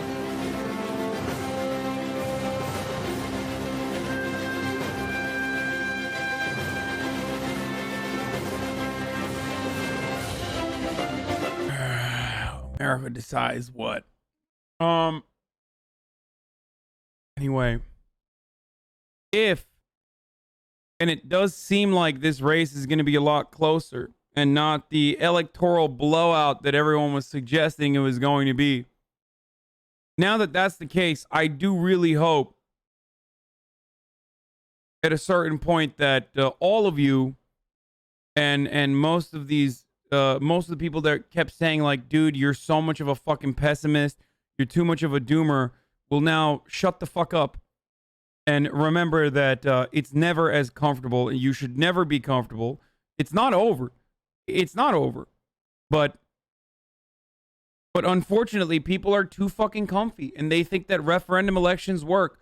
What have I said since day one? If 70% of your voter base is voting against Donald Trump, and 70% of Donald Trump's voter base is voting for Donald Trump, you're in a really volatile situation. You don't want that. You need to give people something to vote. And this is a fundamental problem. This is a fundamental problem with the way the Democratic Party operates. And unfortunately, the Democratic Party gets to operate that way because of so many fucking annoying, scolding Andys who, for free, for $0 an hour, do the defense for the Democratic Party like you're a fucking paid consultant or some shit. Okay? Stop carrying water for these assholes. I'm sorry. Now, once again, doesn't mean that Joe Biden is going to lose. Doesn't mean that Donald Trump is going to win. But again, stop carrying water for these fucking assholes. It shouldn't even come this close. You think Texas will go blue? No. No, it won't.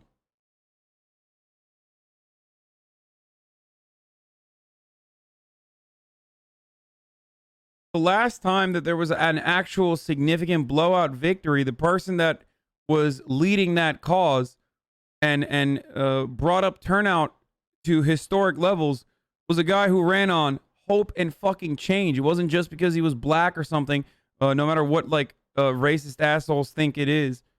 It was also because he had a progressive message, something that people could believe in. Now, he lied about a lot of that stuff, but it doesn't matter. He still at least fucking ran on a progressive message, and he was super charismatic.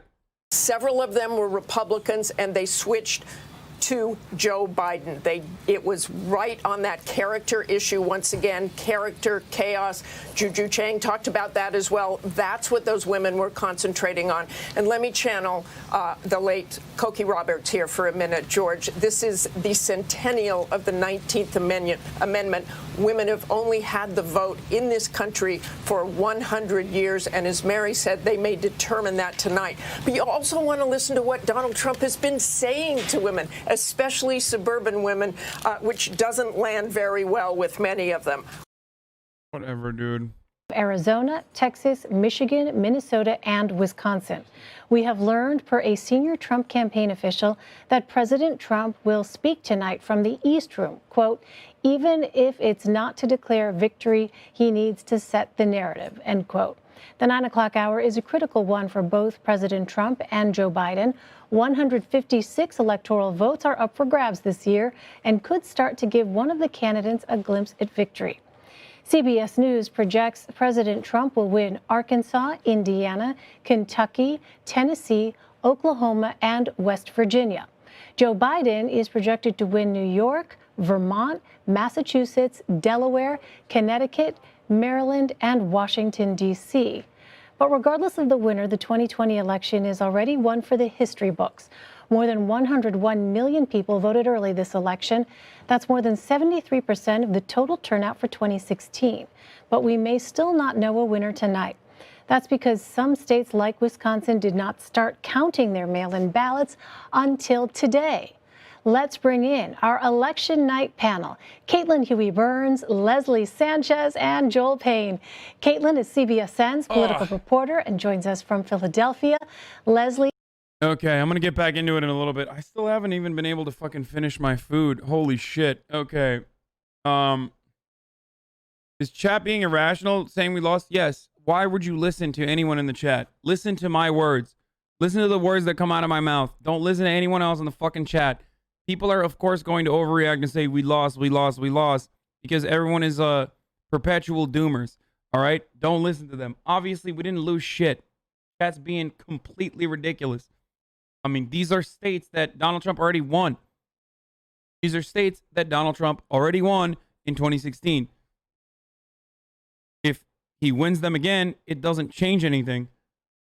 What you need to look at is states that Donald Trump doesn't have a significant chance of winning. If there are big upsets in Wisconsin, if there are big upsets in Michigan, that's when you're supposed to fucking freak out.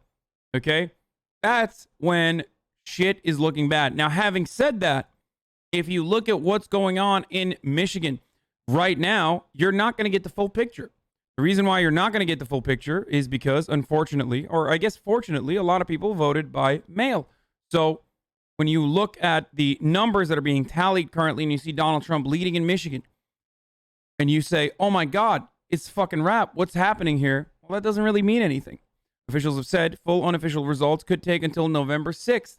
If many mail ballots are outstanding at the end of the night, the reported totals could be relatively stronger for Republicans. Now, I don't know exactly what the percentage is of mail-in ballots that they've counted so far and in what districts they've counted those mail-in ballots. Also, oh my God, update, ladies and gentlemen. Sorry, breaking news. QAnon's very own Marjorie Taylor Greene, a Republican, has won Georgia's 14th congressional district, making her the first official QAnon congressional representative. Ladies and gentlemen, I just want to say America is the greatest country on earth, and now we have a QAnon to reflect that. Marjorie Taylor Greene, ladies and gentlemen, won Georgia 14th congressional district. All hail Q. I'm going to fucking tweet this out, actually. Here, just watch also Senator Mitch McConnell give a fucking election victory speech. Here it is. Citizens of the greatest, grateful to be citizens of the greatest nation in history. And Kentucky, I'm humbled and grateful that you've rehired me to keep fighting for your families and serving our Commonwealth for the next 6 years. Grateful to be citizens of the greatest nation in history.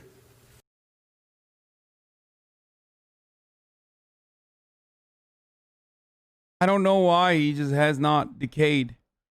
Show some good news, more good news. Fox projects that Democrat. Oh, this is a huge deal, actually. So this is actually pretty big. Fox has now projected that Democrat John Hickenlooper, who also is unironically a person who literally drank fracking cum, a person who is so dedicated to the cause of fracking that he literally drank the fracking juice one time in front of officials. John Frackenlooper has defeated GOP's very own Cory Gardner. That is kind of an upset. That's a bit of an upset right there. That is not something that I was expecting at the very least in my official rule book of only bad things are going to happen and nothing good will ever happen. But of course, Jamal Bowman has officially won as well. But these are already like these are locks, so it's not exactly that surprising. Officially, Democrats will keep control of the House, apparently, but that's not surprising as well.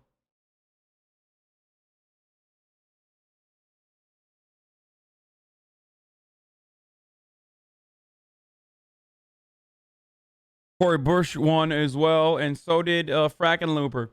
Dave Weigel says, getting 2018 vibes tonight, starting with Florida breaking into the GOP, continuing with D's gaining in Midwest burbs. Even if Trump wins Ohio, Biden's already ahead of Clinton's raw vote in places like Delco, the Columbus suburbs, and Medina, the outskirts of Cleveland. So that's what it's going to get down to is the Rust Belt suburbs, where Joe Biden has made significant leeway over Hillary Clinton, despite the fact that they have lost the Hispanic vote in a lot of these places. But of course, a larger share of there is no ad. You got trolled. Don't get banned, please. Since the Europeans are 7 hours ahead of us, you should ask them the election outcome. Fox News has its own needles, and they're opposite of New York Times himbo lel.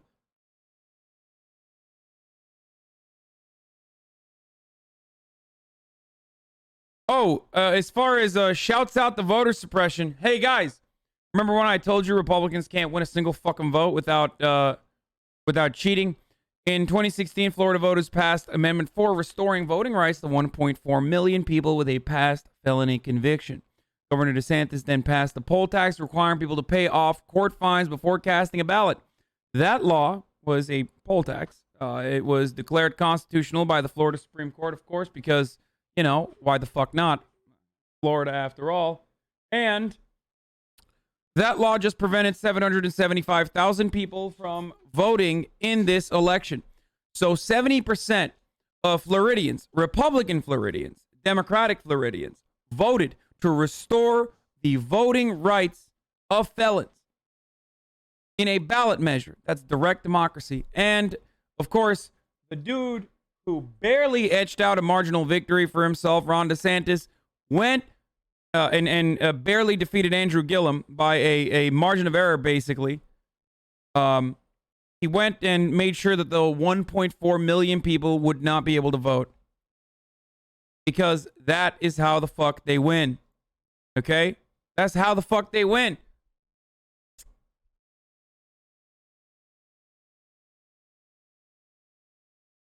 It's also pronounced Nevada, not Nevada. Thanks, sorry for saying this a few times. No, I'm never going to say it right. I'm sorry. I'm always going to fuck this up.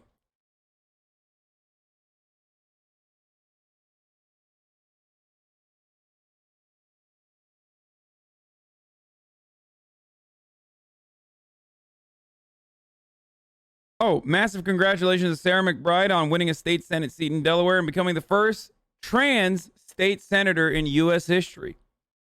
That's pretty cool. Good shit. At least some good news there. Fox, Democrats will expand their majority in the House. That's not even remotely surprising. Of course they will. I really, really, really hope. I really hope Democrats don't take this as a dub because we won the House and they won, and they might even flip the Senate, and they don't just fucking take it as a dub and move on if push comes to shove and they contest these results. What's North Carolina looking like? Well, North Carolina's looking not so great. North Carolina was always going to be close, so we shall see what happens there. North Carolina, of course, is both good for Joe Biden winning the presidency. It would be nice. It would be a nice little treat to have on top of everything. Any area where you're flipping a Republican state, if you're turning Republican state Democrat, would be good. Why are you saying what the fuck's happening in Virginia?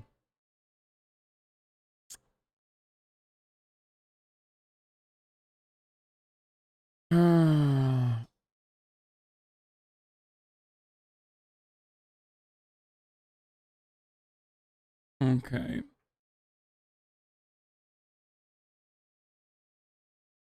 Holy shit. Majority Hispanic neighborhoods still with big leads. Majority black neighborhoods with big leads. Majority college grads. What? Yo, Republicans, it looks like, have really increased their turnout strategy while losing very few votes so far. Like, they've lost some, but they've fucking made up for it. Now, of course, like, we're talking Hispanic and Cuban votes. These aren't, in totality, these aren't massive votes. You guys got Dave's Hot Chicken? Oh, man. Okay, can you bring me a Diet Coke, please? Is it possible?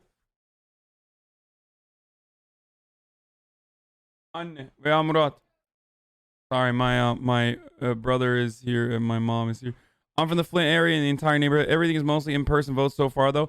Yeah, I don't know why I'm like getting too much into freak out mode so far when these are literally all the things I accounted for already. Like, Michigan is going to count the votes slow. Biden has a comfortable 7-point lead there. It was already a fucking shock. It was totally a crazy upset for Donald Trump to win Michigan anyway. Around half of Michigan's votes are going to come by mail or in-person absentee, and that's going to be very Democratic leaning, and that is probably not being counted yet.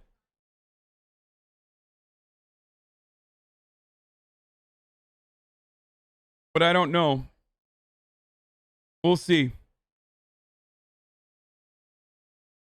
The in-person votes are the ones that are first being released, though, in Michigan, and that's why you're seeing it red currently.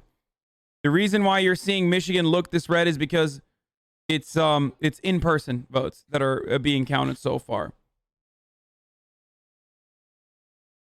So it's understandable that there's a 59 to 38 point this swing towards Donald Trump is completely reasonable, completely understandable. Anyway, as far as Virginia goes, I mean,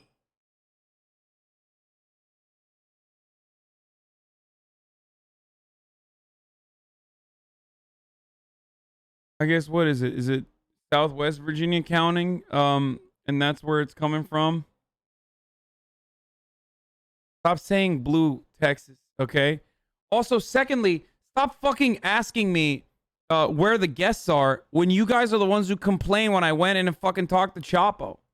Like, do you want me to have guests on, or are you gonna fucking cry if I can't give you round-the-clock updates anytime the fucking needle moves a little bit to the 1 second? I know that there's 200,000 people in here, but you guys literally are just like, oh, where are the guests coming? When are the guests coming? But also simultaneously fucking crying whenever I'm not giving you immediate round-the-clock updates. Like, you want me to be your fucking Steve Kornacki nonstop. Biden is leading, but a slim margin in Texas with 72% of the estimated votes. What the fuck? What is happening in Texas, dude? What the fuck is happening in Texas? Trump is closing the gap in Ohio rapidly. Yeah, well, that's fine. Ohio is not a necessity to win. We want Ryan, not fucking Chapo.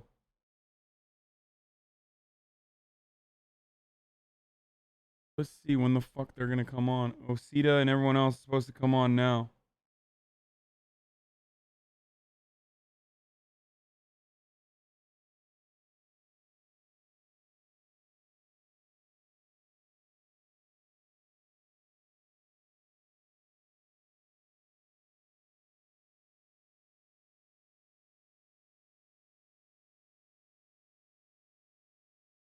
Okay.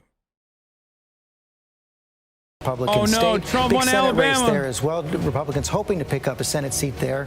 Tommy Tuberville over Doug Jones. We don't have a projection on that yet, but we can say that Donald Trump will also win the state of North Dakota tonight. So he's picked up 2 more states there for the president. We see 89 electoral votes for Joe Biden, 63 for Donald Trump right now. And right now, let's pull up the state of Virginia. Take a look at what we're seeing now in the state of Virginia. 41% of the expected vote in. Right now, Tom Yamas, we're still seeing Donald Trump with a large lead, but only 41% of the expected vote in. Yeah, George, it's a little strange. This is kind of interesting right now in Virginia. As you know, Democrats have been winning this state. Let's blow it up here. A lot of these red counties, the rural counties, as you go further west, you're going to get into coal country. But I want to blow this up here. This is the Democratic suburbs around D.C., this area right here. You have Alexandria, Fairfax, Arlington. These are areas where Democrats need to run up the score, and that's how they end up winning the state. Places like Fairfax, it's actually pretty close when you look at 4 years ago. Joe Biden's underperforming, and that's why I say the numbers are a little strange right now in Virginia. Prince William County, here's another thing. It's neck and neck. This was a county that Clinton clearly won 4 years ago. So it's sort of interesting when we look. I was trying to see if this was part of the early vote. Maybe Republicans came out to vote early there. Unfortunately, right now, all we have is that 57% of the vote is going to be early vote. We don't see who's on top right now, George. Okay, Tom Yamas, thanks very much. Let's bring in Senator Tim Kaine. Tim, we were just hearing from Tom Yamas, so it shows we don't have a lot of the vote in. I take it you're feeling a bit more confident about your state? Yeah, George, the AP called Virginia at 736 because of the early vote totals are so strongly Democratic. About 70% of the 2016 total got cast early, and we know who those voters are. Just by way of comparison, the AP called Virginia at 11 o'clock in 2008, at 1 a.m. in 2012, and at 10:30 in 2016. So calling Virginia 3 hours earlier suggests very, very strong night in Virginia. Mark Warner's won big. We feel good about our congressional races. And because Virginia is now heavily suburban, we think that also probably... Why did they say Biden won? Because of early votes. He's describing it, dog. I don't understand what you want. Georgia, Philly, Pennsylvania, Ohio, and the upper Midwest. So we feel really good in Virginia. We hope it sends a message and is an indicator elsewhere. Of course, you were part of the Hillary Clinton campaign 4 years ago. What feels different to you this time around? I mean, the tremendous surge of early vote. I mean, that shows not only people taking and, trying to protect themselves from COVID, but it also shows intense energy. And George, as you know, we know who the early voters are. We don't know how they voted, but if a Tim Kaine votes early, we can see, well, Tim Kaine has only voted ever in Democratic primaries. That's a Democratic vote. And we're seeing this really strong early vote in many states that gets often reported a little bit later, even if it comes in early. Early vote is strong. The early vote is disproportionately young people compared to 4 years ago. And then states that are battlegrounds that never have been. Georgia. I think it's understandable why Tim Kaine is this fucking confident. First of all, this dude is basically vanilla bread, Wonder Bread Texas toast. You understand? So like, he's not. Absolutely. If he was fucking freaking out, you would see it. And the reason why he's confident is because the insane amount of fucking early voting and the districts in which they've early voted. If the majority, if more than the majority is voted early in Virginia, and they're counting same-day votes, and it looks like Trump is winning. That doesn't fucking mean Trump is winning. The reason why they projected Democrats to win in that circumstance is because they know that once they start counting the absentee ballots. But one thing that we're watching big here is, of course, the Senate race here. It is a fierce battle. And here's how useful the needles are. The left one is Fox News, the right one New York Times. Here in South Carolina, think about this. Lindsey Graham, he is a household name, a 17-year It's entirely in a Republican stronghold. He was expected to easily win. It's entirely different. Like it's entirely dependent on what counties that they're looking at and what their metrics are. Like the needles are. Donations to try to beat Jamie Harrison. The needles are the way that they are because if you're looking at. 3 months, he is one of those candidates that Democrats are. I've been trying to link this to you for an hour. I mean, the needles are not that bad. I think the New York Times needles aren't bad at all. George. Okay, Janae, thanks very much. We can't project that yet, but you just heard that chime. That means we can project it in Colorado. Weren't there 100 million votes? Why are there only 50 million votes counted right now? Because half the country is still voting. Dog, it's 6:35 where I am. You know that, right? My polls aren't even closed yet. Cory Gardner, John Karl. Magic numbers in the Senate: 3 if Biden wins for the Democrats, 4. Like maybe that has something to do with it. Who knows? This was probably their top target to. Anyway, let's see. The short answer to that is yes. Is it enough? We'll see. Because the other part of the state that I would point you to is up north around Cleveland. And it's these areas up around Cleveland. I'm going to show you a kaleidoscope of red and blue, the way that is trending right now. You know, Joe Biden doing okay, but maybe not. I love politics, but this is getting a little in the weeds, so maybe broaden us back out. Okay, hold on. So we talked about that. Fuck the needles. We now early votes from 12 counties with at least 250,000 voters. Biden leads by 828,000 votes. In 2016, Trump won the state's other 244 counties by 1.3 million votes.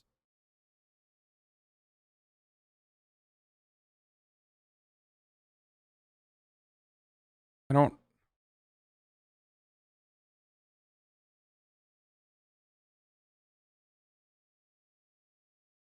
We'll see. And that doesn't. Hold on.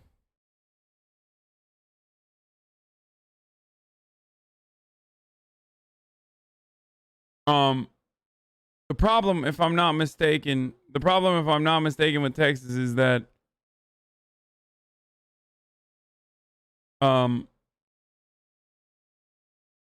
the Hispanic outreach, the Hispanic turnout is not as good as they predicted.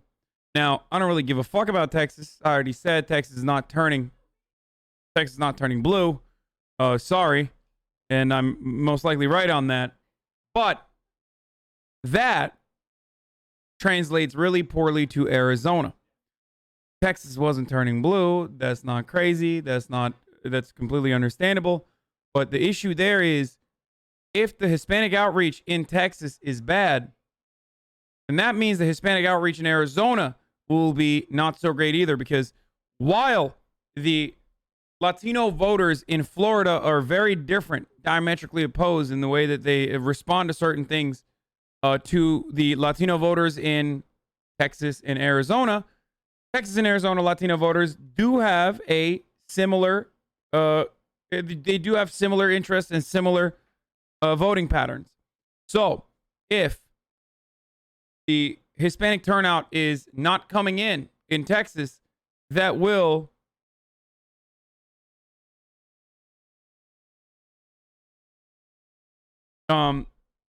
actually hurt that will actually hurt Arizona as well. And then we get into tricky territory. Then it comes down to, once again, white, suburban, and white working class people in the Rust Belt. The entire election rests on Pennsylvania, Michigan, Wisconsin. Well, okay. There's Colorado as well. To the campaign, who's talking about how they believe that North Carolina could be potentially a good thing for them. It is going to be tighter than in 2016. Shit. Back in 2016, President Trump won is by North about Carolina going to fucking do it? In that state. Right now, the returns do show, as we're looking at the numbers here, I'm looking at the percentage, 80% of the vote in. The key thing is something that we have been talking about a couple of times tonight, those counties up there near Wake County by the Raleigh-Durham metro area where the vote still is not in. So those are some of the things that I think the Trump team is looking at, but they are feeling, I think, more positive about North Carolina. That was a state that they'd been optimistic about, but not necessarily slam dunk confident the way that they entered the night thinking about as it relates to Florida, for example. So still lots to watch in North Carolina. I will say, as it relates to Florida, I think there is a sense now from folks I've talked to in the last hour or so that they are looking or hoping to do some attempted extrapolation from where they performed well in Florida to see if that is going to extend into some of these other key states like Ohio, like Georgia. Those are the other two that I'm hearing a lot about tonight, Lester. All right. Thank you, Hallie. Let's go to North Carolina because we are watching to see what happens there. Morgan Radford is in Charlotte, North Carolina. That's one of the places where the suburban vote Mecklenburg could be key County for Joe Biden. and Morgan, right now we're waiting for Wake the day County of vote, which could break have for to Trump. have significant leads. That's right, Savannah. We are at the Mecklenburg County Board of Elections, and this is actually where those physical ballots are now being reported from the precincts and being counted. I want to show you how it's working here on the ground because this is where the action is happening. They're bringing in these large blue bins, and in those bins there are two important things. There's one, the physical ballots, and I'll show you where those are being stored and sorted inside here on the right. But there's a second thing that's important. There are little USB chips, and over here to my left, that's where they're being counted. So the precincts are actually have their tabulations that are being counted in a computer that is not set up to the internet. But what's fascinating is that we've been talking all week about how this is a state. Yeah, betting odds have now officially, I know, I'm getting that info from my friends as well. My degenerate friends have hit me up showing me the betting odds that originally favored Joseph Robinette have now turned and are now favoring Donaldo. Suburban voters going to vote. I don't think that means they're shit, looking though. at unaffiliated voters. When we spoke to state party officials from both sides, they said that north of 100,000 new registered voters registered as Democrats, registered as Republicans since 2016, but more than 400,000 new registered voters are unaffiliated. So the question is, what will be inside those boxes tonight? Yeah, Chuck, what does it look like, North Carolina? Guys, I know what'll be there. Votes.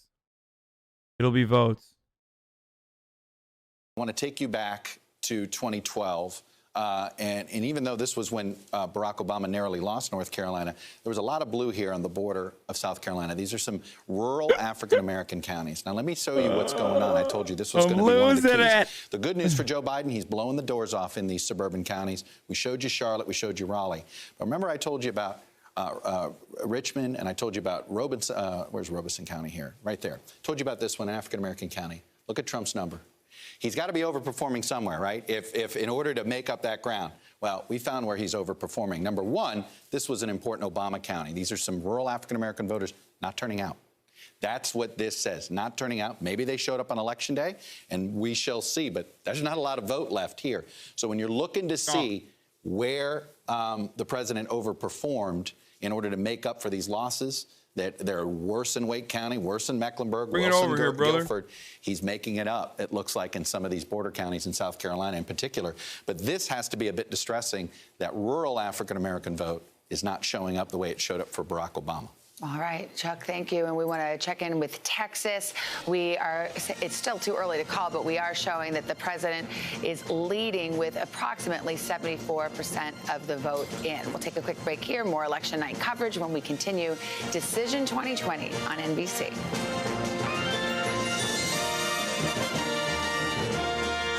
Good morning. Welcome to Today. We're glad to have you with us. This fall, we're right there with you, whether you're back to school. What do you guys think? We're excited? Or back to work. We're keeping you safe. I love being back. Every morning on Today.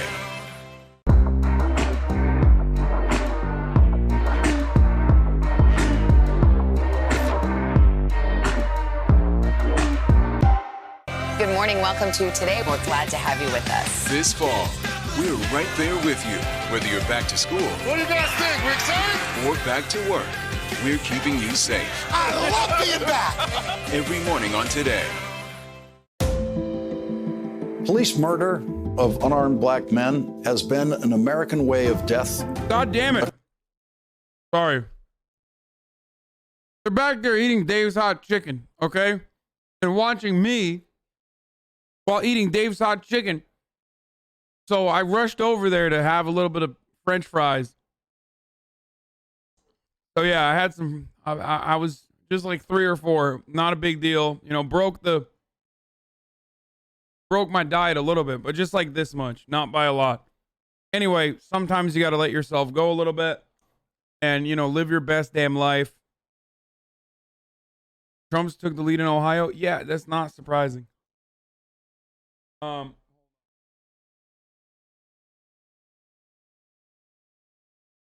To vote in person.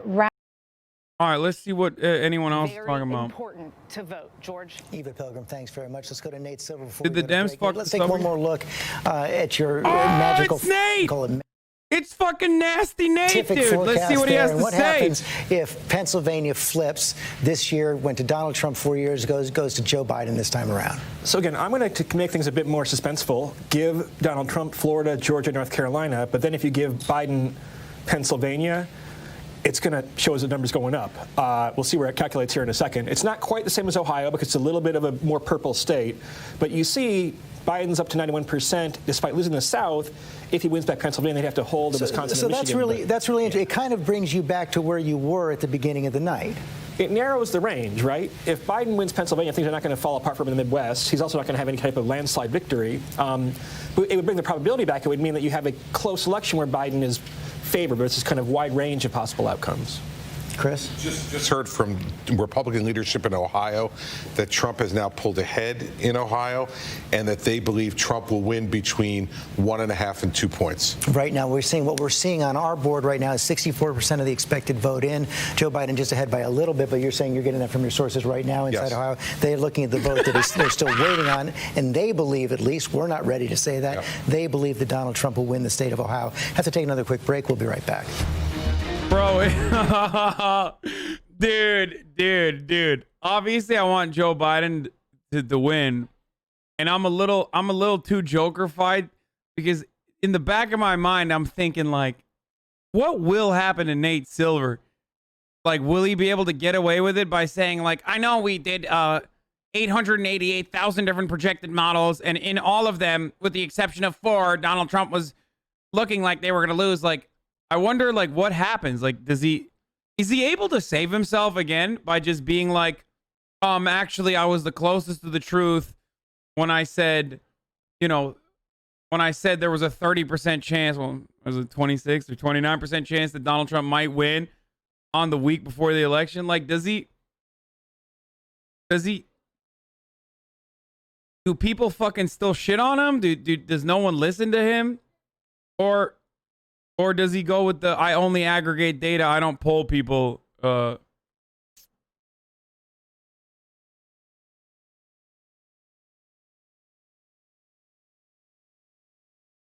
win Rhode Island? No, he didn't win Rhode Island. What the fuck? No, Trump's not going to win Rhode Island. I don't know why Decision Desk says Trump won Rhode Island.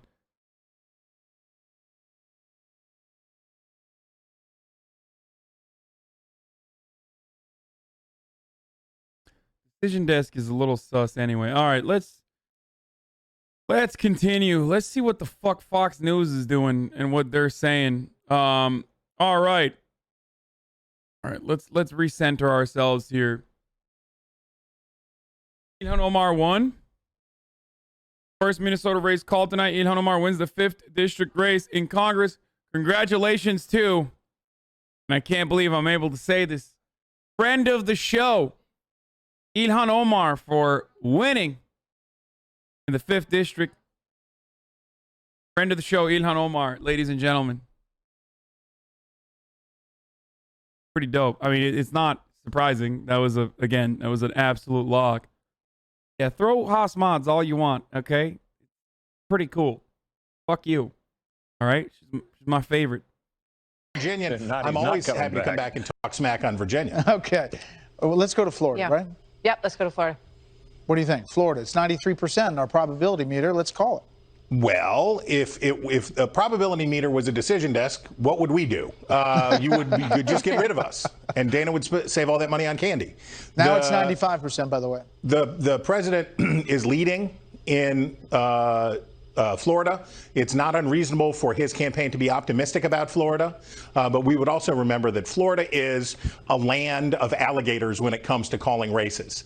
And there's just no reason for us right now to take a chance on calling Florida, where there is still a considerable amount of vote out, and we're not quite sure given the high numbers of early votes. So we're just not quite there yet. What about this thing about the absentee ballots requested in different states, Florida, North Carolina, and the ones that came back received? We know that there's a percentage every year, as Karl Rove talked about, that they just don't vote. It's usually 5-8% that don't get returned. But when you're talking a big number, like hundreds of thousands of absentee ballots that have not come back. Well, one of the things that makes it challenging for everybody, whether you're watching at home, whether you're on a campaign, whether you're a forecaster, whatever, when you turn up the volume on early and absentee votes by 50%, right? When you have this massive increase in all of these votes, it's going to make these numbers screwy, right? It's going to make things look different. What we do mostly in our work is compare this year to that year, this year to that year. How does it look now versus how did it look then? Because there are increments. Trump closing the gap in North Carolina. Bro, you don't know that. You don't know that. You stop it now. Joe Biden, yeah, okay, Trump is closing the gap in North Carolina a little bit, but hey, look, Charlotte with a comfortable lead. Mecklenburg County's got what? A 30 plus point lead. That's really good. And where is it? I don't know why Franklin, Wake, and Johnston have not reported anything. Granville and Castle. Rude of you to cut up my copium. All the uncounted counties are red. Yeah, but red by how many numbers? I don't know how big these counties are. I have no idea.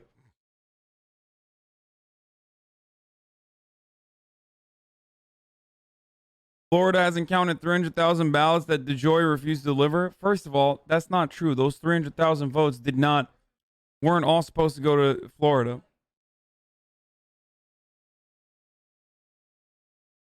New York Times is needling North Carolina at 95 for Trump now. What?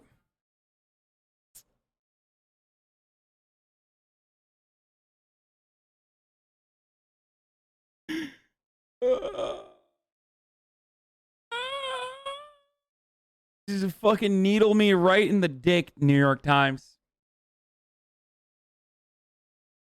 Look at Connecticut, the most important state in the election. You vote for Obama this election? No, I actually voted. I wrote in Hillary Clinton illegally in Florida, in Miami-Dade County, where I'm registered to vote. I said it already.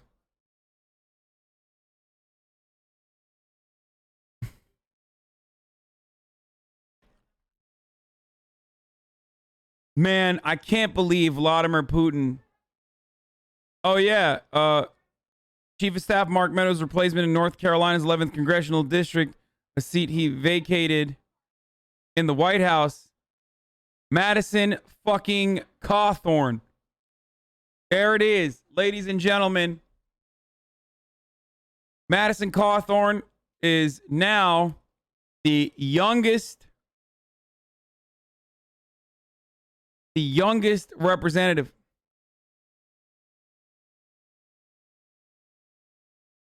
And he just said, cry more, lib. Why is it that the Republicans just turn into boomers? Like, what's up, dude? You're like younger than me. What's going on, brother? What happened?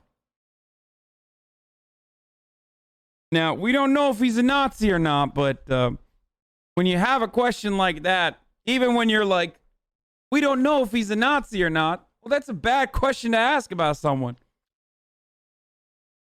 There aren't that many people where you're like, well, that guy, I don't know if he's a Nazi or not. He did Sig Heil at like Hitler's birthplace or whatever the fuck. You know what I mean?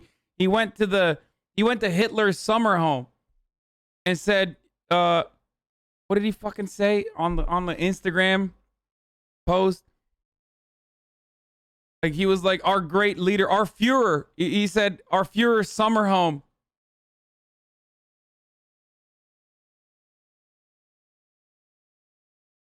You know, you just don't want to be close to Nazis like that. Hey, look, I'm no big city lawyer. Okay? I'm no six-figure salaried consultant, but it feels like that's kind of a bad look. You're going to watch, if you're going to first of all, why are you going to Hitler's summer home? That's already weird as fuck. But then like what are you doing? The vacation house of the Fuhrer, the Eagle's Nest, has been on my bucket list. It did not disappoint. Kind of weird, dude. Anyway. Yeah, I love when people are suspiciously just fans of collecting artifacts from the World War II era. You know, it's kind of weird when you do that, but only for like the Nazi stuff. And you call Hitler Führer like he's literally your leader. It's kind of weird.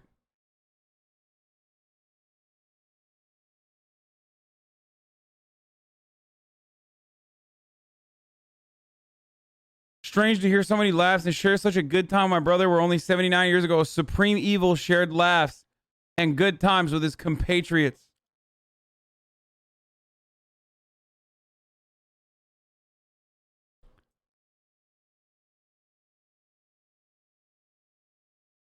He literally says it's supreme evil. True, he did say that. Still kind of weird.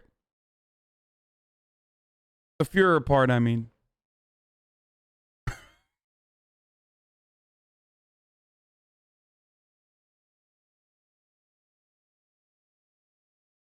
Check Wisconsin not looking good for Biden in the counties he needs. Dude, you don't know that. You stop. Look at Fairfax in Illinois. It's not looking pretty. That's not surprising. Oh, what was the Philly thing? Philadelphia officials say they will not be reporting any more mail ballot results tonight. About 76,000 have been tallied so far out of 350,000 some received. And remember, Biden supporters are disproportionately voting by mail. Cool. All right. Well, it looks pretty good for Donald Trump to, at the very least, looking at the results from tonight, to call himself the victor and institute Sharia martial law for Republicans. Now, this does not mean that Donald Trump's going to win, but maybe later down the line, when more votes are counted, we'll get a better, clearer picture of what's going to happen in the Rust Belt. But it is looking like it's going to come to what happens in the Rust Belt. What happens in the Rust Belt does not stay. What happens in the Midwest does not stay in the Midwest.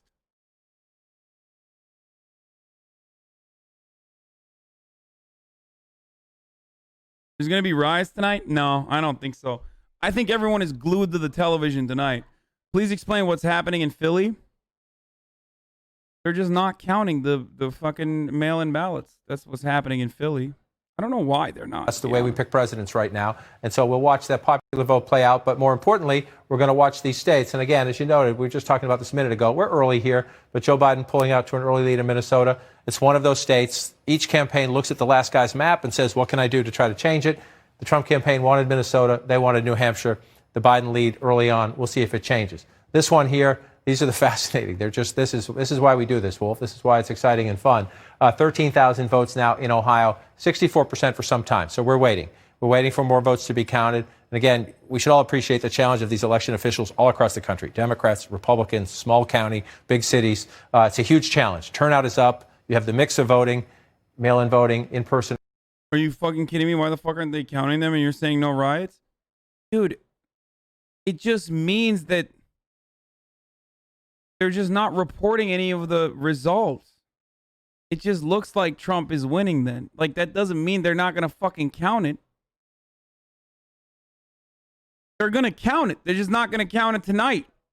City has to count ballots returned today, plus a separate count for those received between tomorrow and Friday, plus provisional ballots. Total expected is to be around 400K, but the recap, no more mail ballot results tonight, 9 a.m. tomorrow. Yeah, calm down. It just means that Pennsylvania is not going to give you what you want. But we knew that already. I told you already. I told you that Pennsylvania wasn't going to give you answers tonight.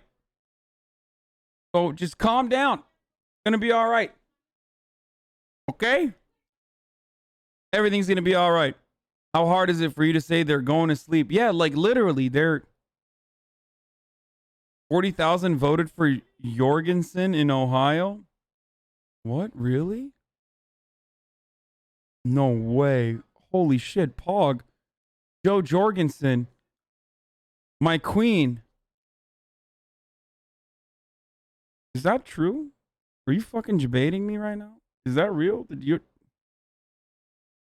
Wait, why doesn't this even have the numbers? God damn it. Fucking morally bankrupt. Oh my God, I clicked on the wrong fucking state. Jesus Christ. Oh my God. Howie Hawkins with 13,000 votes. Oh, it's top of the hour, every hour, 60-second ad break. Ladies and gentlemen, in honor of Joe Jorgensen,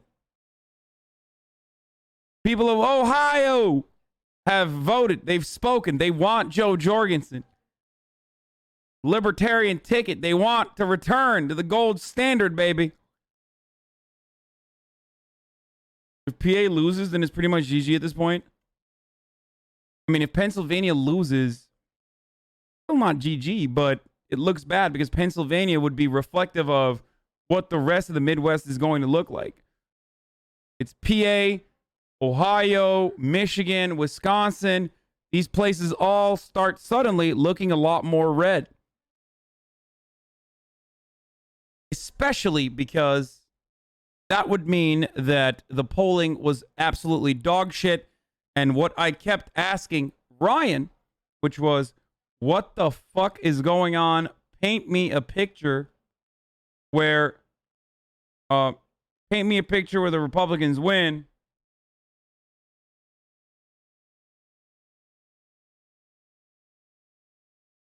And he would say that the turnout that you saw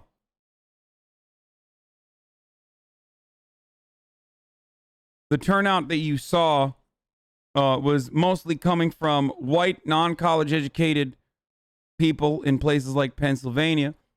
And that's the reason why Trump is outperforming the polls. That was Ryan's